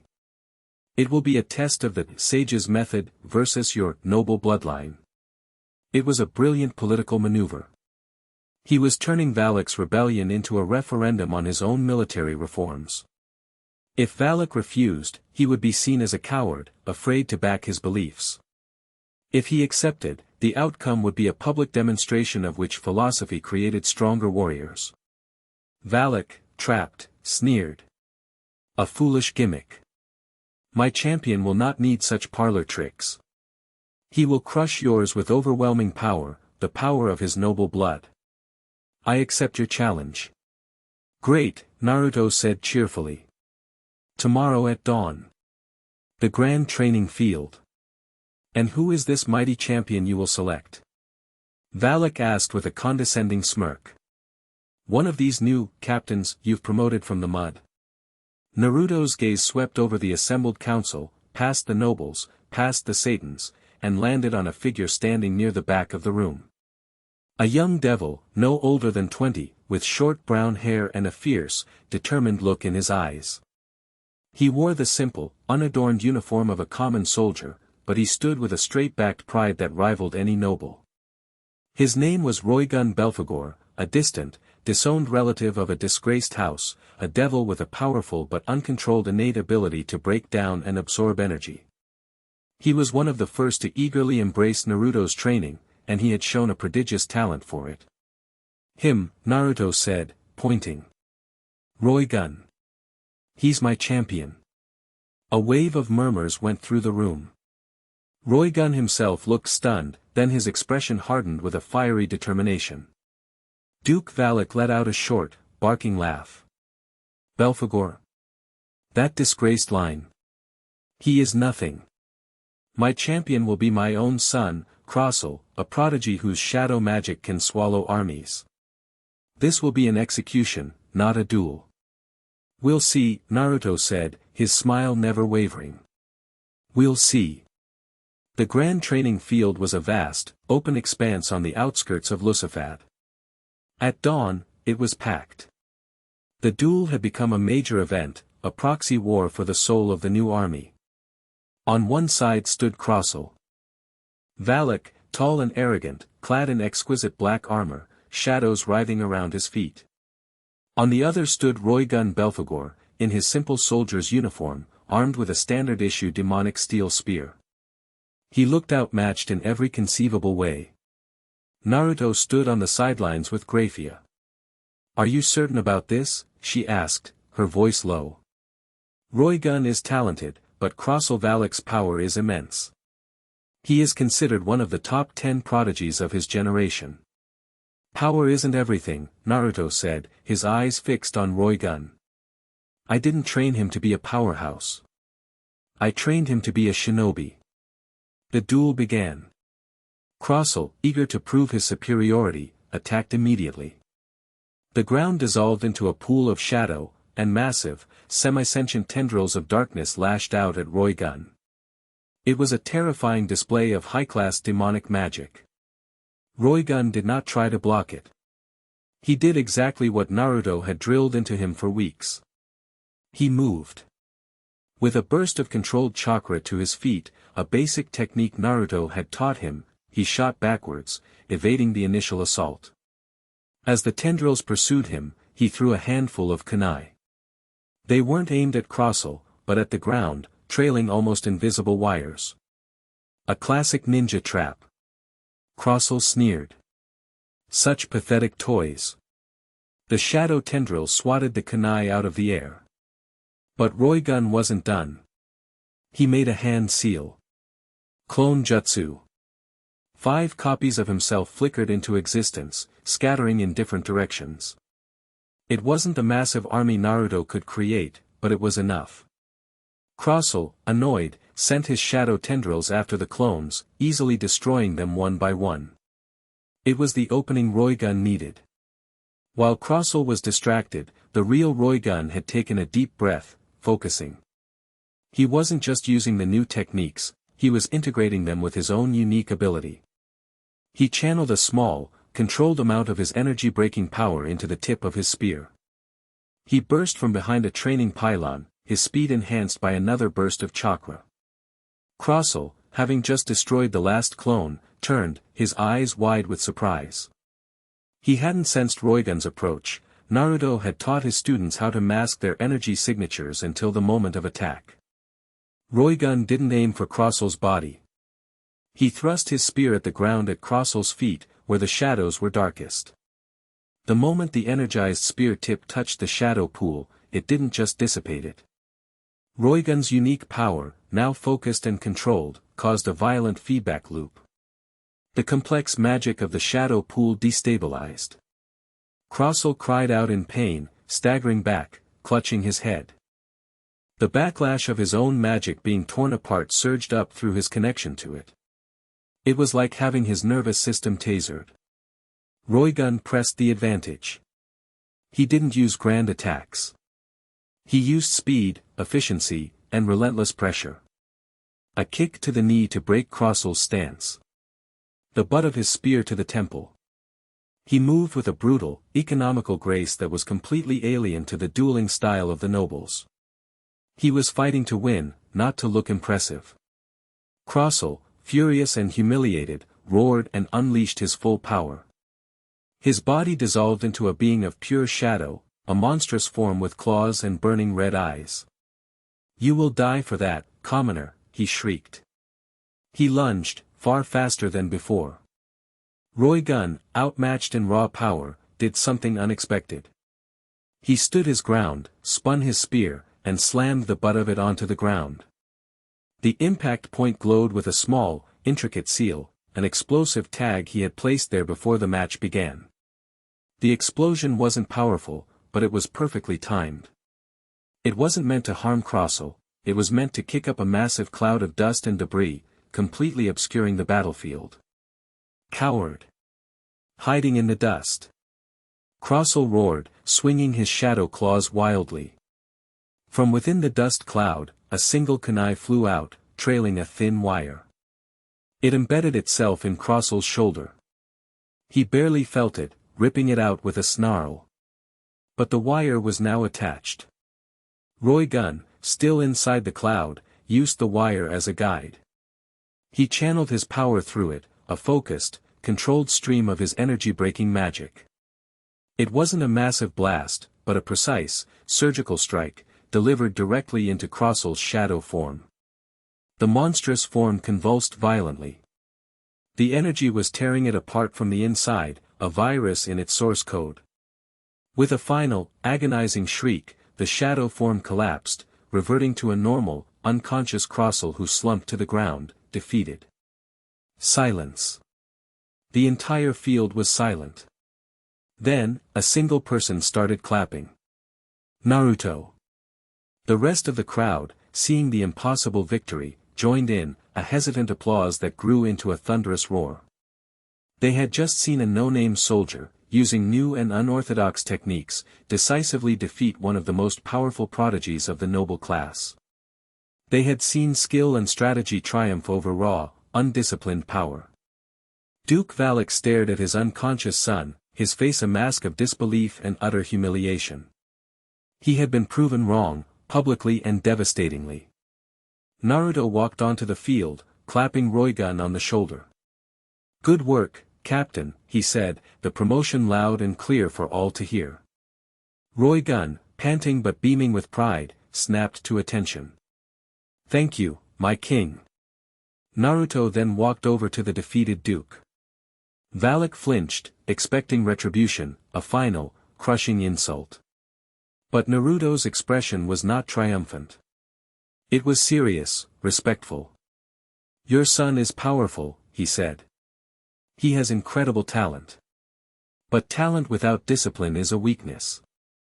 He relies on overwhelming his opponents because he's never had to be smart. He's never had to be desperate. My soldiers are trained to be smart and desperate every second of every fight." He extended a hand to the Duke. "I don't want to be your enemy, Valak. I need good commanders. I need strong soldiers. Your house has a long history of producing both.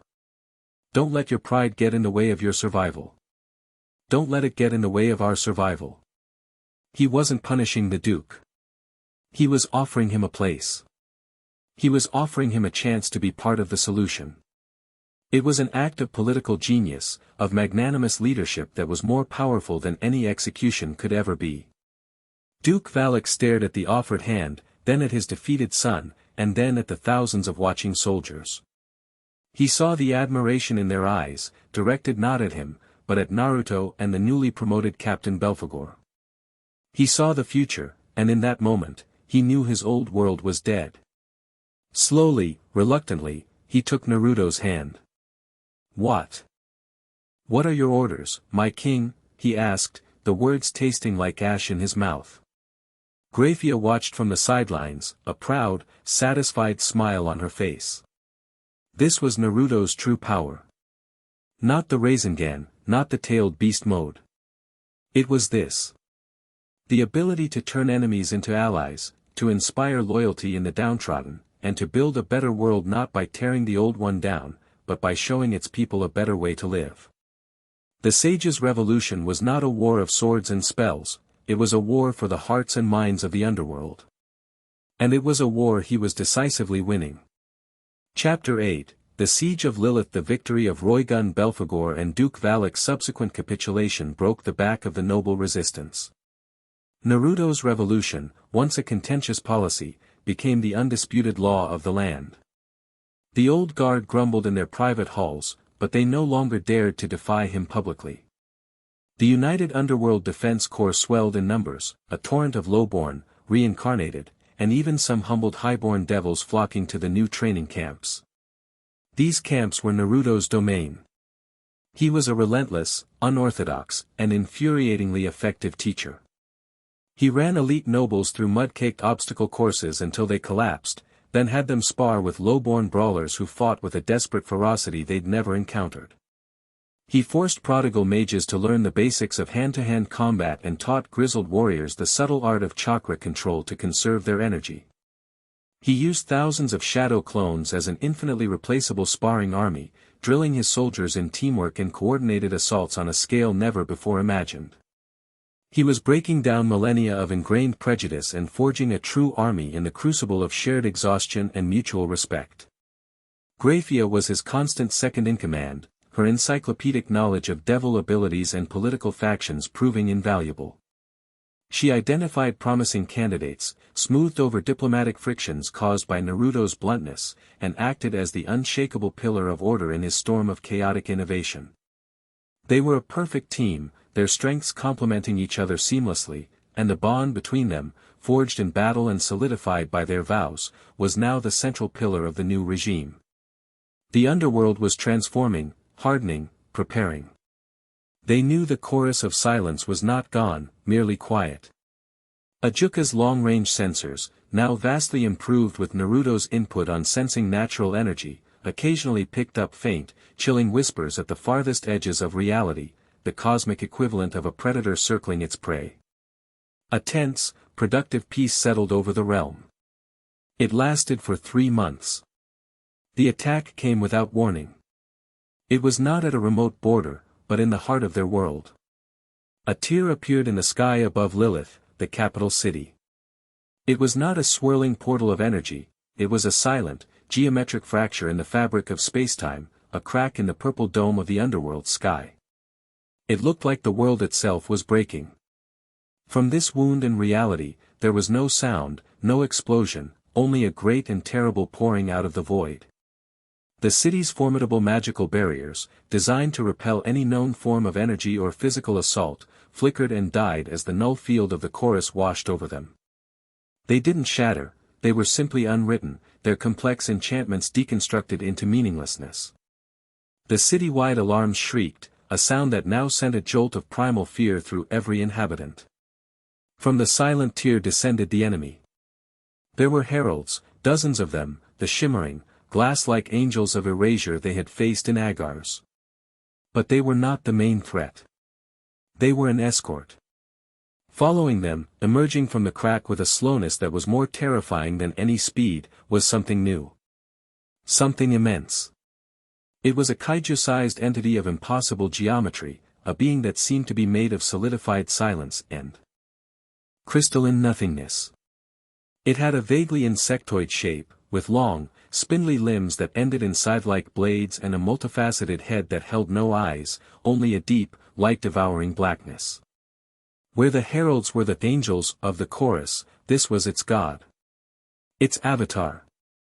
As it descended, the very city below it began to change. The vibrant colors of the buildings muted to gray. The bustling sounds of the street were swallowed by a creeping silence. The air grew cold, and devils caught in its shadow clutched their chests, feeling the life force being leached from their bodies. The siege of Lilith had begun.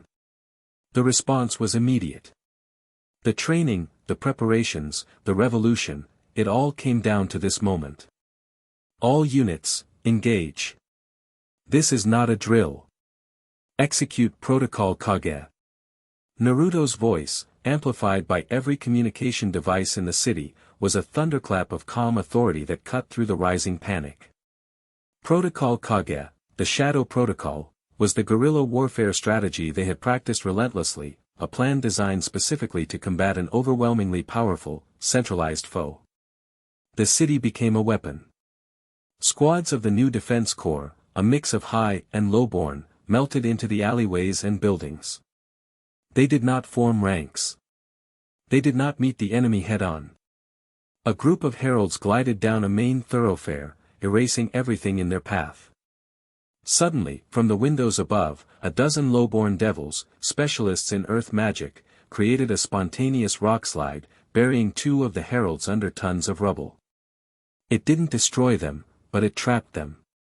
Before they could phase through the rock, a squad of highborn mages, led by none other than a grim-faced Crossel Valak, unleashed a coordinated volley of focused demonic energy blasts, shattering the trapped heralds before they could recover. Teamwork. Synergy. In another sector, Kuroka and her squad of sound users created a massive sonic illusion, projecting an image of 1,000 charging devils. As a group of heralds moved to intercept the Phantom Army, Visser and her wind users channeled a hurricane-force gale through the tight canyon of the street, slamming the glass-like angels into the sides of buildings with enough force to crack their crystalline forms, leaving them vulnerable for ground troops to finish off. It was working.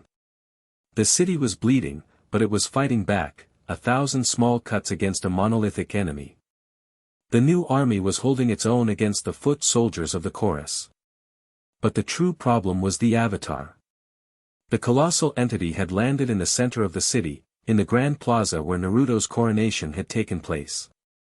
It stood there, unmoving, a silent epicenter of creeping annihilation. The null field emanating from it was so powerful that it was deconstructing the city block by block. Any soldier who got within a mile of it simply faded. This was a foe that the army could not handle. This was a job for kings. On the roof of the Satan's palace, now a forward command post, the leaders gathered. The wind whipped at their clothes, carrying the faint scent of ozone and dust. The army is holding the heralds at bay, but they can't get near that thing, Surzek said, his crimson aura flaring with contained rage. Its null field is exponentially more powerful than the heralds in Agar's. We have to take it down, Naruto said, his eyes narrowed, a golden glow already beginning to emanate from him. If we don't, it will unmake the entire city from the inside out. The four of us will engage the fleet of heralds still descending from the rift, Ajuka declared, his mind already processing 100 different strategies. We will keep them from reinforcing their ground troops. We will be your shield. You, Naruto, are our only spear capable of piercing that monster. He won't be alone, Grayfia said, stepping to Naruto's side. She was in her combat attire, her face set with grim determination, her silver hair whipping in the wind. A delicate filigree of ice was already forming on her gauntlets. Naruto looked at her, a silent question in his eyes. He didn't want her anywhere near that thing. She met his gaze, her own eyes filled with an unshakable resolve. We are partners. In all things. You are the fire, I am the ice. You are the spear, I am the hand that guides it. We do this together, or not at all. He saw the truth in her words. In Agar's, he had been the raw power, but her precise control had created the openings he needed. Against a foe of this magnitude, he would need her. He gave a short, sharp nod. Together. He turned to the other Satans. Keep those glass angels off our backs. Surzex clapped him on the shoulder, a gesture of absolute trust. Just save our city, your majesty. With that, the battlefield was split. The 4 Satans shot into the sky, a meteor swarm of crimson, blue, green, and slumberous gray, intercepting the descending wave of heralds in a titanic aerial battle that lit up the sky with explosions of magic and unlight. Naruto and Grayfia were left alone on the rooftop, the colossal, silent avatar their only focus. Its null field is the main problem, Grayfia analyzed, her mind racing. We can't get close. Your life force aura can push it back, but it will be a constant, draining struggle just to exist in its presence.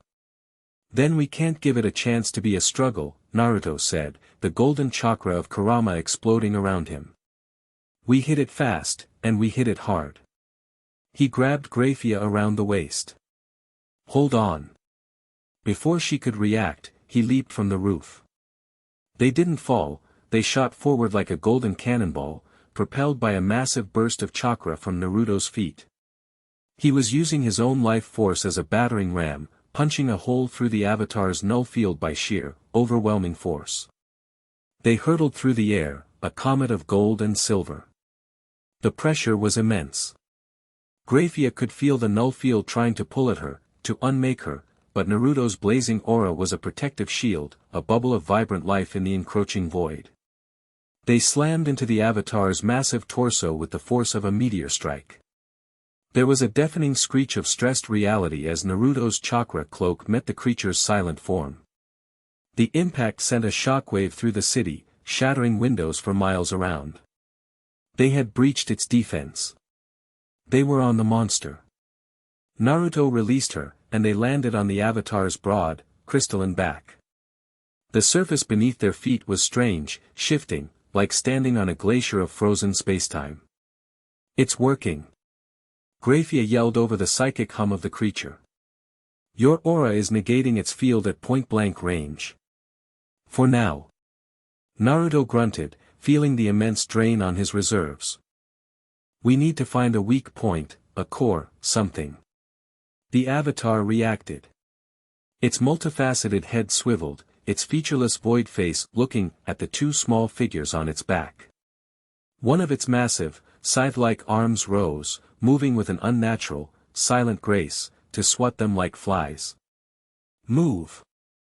Naruto tackled Grayfia, rolling them out of the way as the scythe arm sliced through the space they had just occupied. The arm didn't just cut the air, it left a lingering black wound, in reality, a tear in space that slowly healed. Its attacks erase whatever they touch. Grayfia noted, her mind analyzing, calculating. We can't let it hit us. Good talk. Naruto yelled back, already in motion. He ran up the rising curve of the avatar's back, a golden blur against the crystalline black. He was heading for its head. The avatar's other arm came swinging. Naruto leaped, using the arm itself as a ramp, and continued his ascent. Meanwhile, Grayfia was not idle. She was the controller. Her hands glowed, and she slammed them onto the creature's surface. A wave of her ice magic spread out, not the absolute zero cold she had used on the herald, but something more subtle. She was creating a layer of super slick ice across the avatar's limbs, disrupting its movements, making its impossibly graceful attacks just a fraction of a second slower, more clumsy. The avatar tried to shake her off, its body shuddering, but she anchored herself with spikes of ice, a limpet on the back of a leviathan. Naruto reached the neck of the creature. Kurama, you ready for this? Let's show this overgrown insect what a real monster looks like, the fox roared in his mind. In a colossal explosion of golden chakra, Naruto's form swelled. Bones of light formed, muscles of pure energy wrapped around them, and in seconds, a titanic avatar of the 9-tailed fox, glowing with the power of the sun, stood upon the shoulders of the silent god. The Kurama avatar was nearly as large as the chorus entity itself. The city below fell silent, the soldiers on the ground staring up in awe at the battle of gods happening in their midst. The Kurama avatar let out a roar, a physical blast of sound and life that shattered the oppressive silence, and threw a punch. Its massive, chakra-wreathed fist slammed into the side of the chorus avatar's head, the impact creating a sonic boom that echoed through the city. The silent god staggered, its crystalline form cracking under the sheer kinetic force. It was the first real damage they had inflicted. It retaliated, its scythe arms swinging, trying to carve the golden fox from its back. But with Grayfia's ice subtly hindering its joints and Naruto's own sage-enhanced senses, he was able to dodge and parry the blows, his chakra claws meeting the blades of silent erasure in a shower of sparks and negated reality. This was a battle of concepts, life versus nothingness. But the chorus avatar had another trick. Its torso split open, revealing not a core, but a swirling vortex of absolute void. From it, a beam of pure null energy shot out, aimed directly at the Kurama avatar's chest. Naruto's eyes widened. He couldn't dodge it at this range. He crossed his massive chakra arms in front of him, bracing for the impact. No! Grayfia screamed. She poured all her remaining power into one desperate gambit. From her position on the creature's back, she created a massive, incredibly dense lens of pure, clear ice directly in the path of the beam. The null beam hit the lens. It didn't shatter it. But the unique, perfectly angled magical structure of Grayfia's ice refracted it. The beam of pure erasure was bent, its focus lost, scattering its power harmlessly into the sky. It was an act of tactical genius born from desperation, but it left her completely drained. She collapsed onto the avatar's back, her energy spent. Naruto saw her fall. A surge of protective fury, hotter than any sun, erupted within him. "You will not touch her," he roared, his voice and Kurama's merging into one. He saw his opening. The avatar's chest was still open, the null vortex exposed. He brought all 6 of the Kurama avatar's arms together, gathering a colossal amount of chakra. A swirling, compressed sphere of unimaginable power formed, a tailed beast bomb, but one so dense it was collapsing in on itself. He didn't throw it. He plunged his arms into the open vortex, shoving the tailed beast bomb directly into the creature's heart. "Eat this," he bellowed. He detonated it. The explosion happened on the inside. The avatar's body convulsed. It didn't make a sound, but the entire city felt its death agony as a psychic scream of pure static. Cracks of brilliant, golden light spread from the inside out, overwhelming its silent, dark form. The pure, chaotic, vibrant life energy of the tailed beast bomb was a fatal poison to the creature of void. With a final, silent shudder, the avatar of the chorus shattered. It didn't explode into chunks of rock, but dissolved into a brilliant, beautiful aurora of golden dust that rained down over the city before fading into nothing. The war for Lilith was over. Naruto's Kurama avatar dissolved, leaving him standing on empty air. He was panting, exhausted, but his eyes were already searching. He saw Grayfia, unconscious, sliding off the edge of where the creature's back had been, falling towards the ruined plaza below. With the last of his strength, he shot towards her, a golden blur, catching her in his arms just 100 feet from the ground.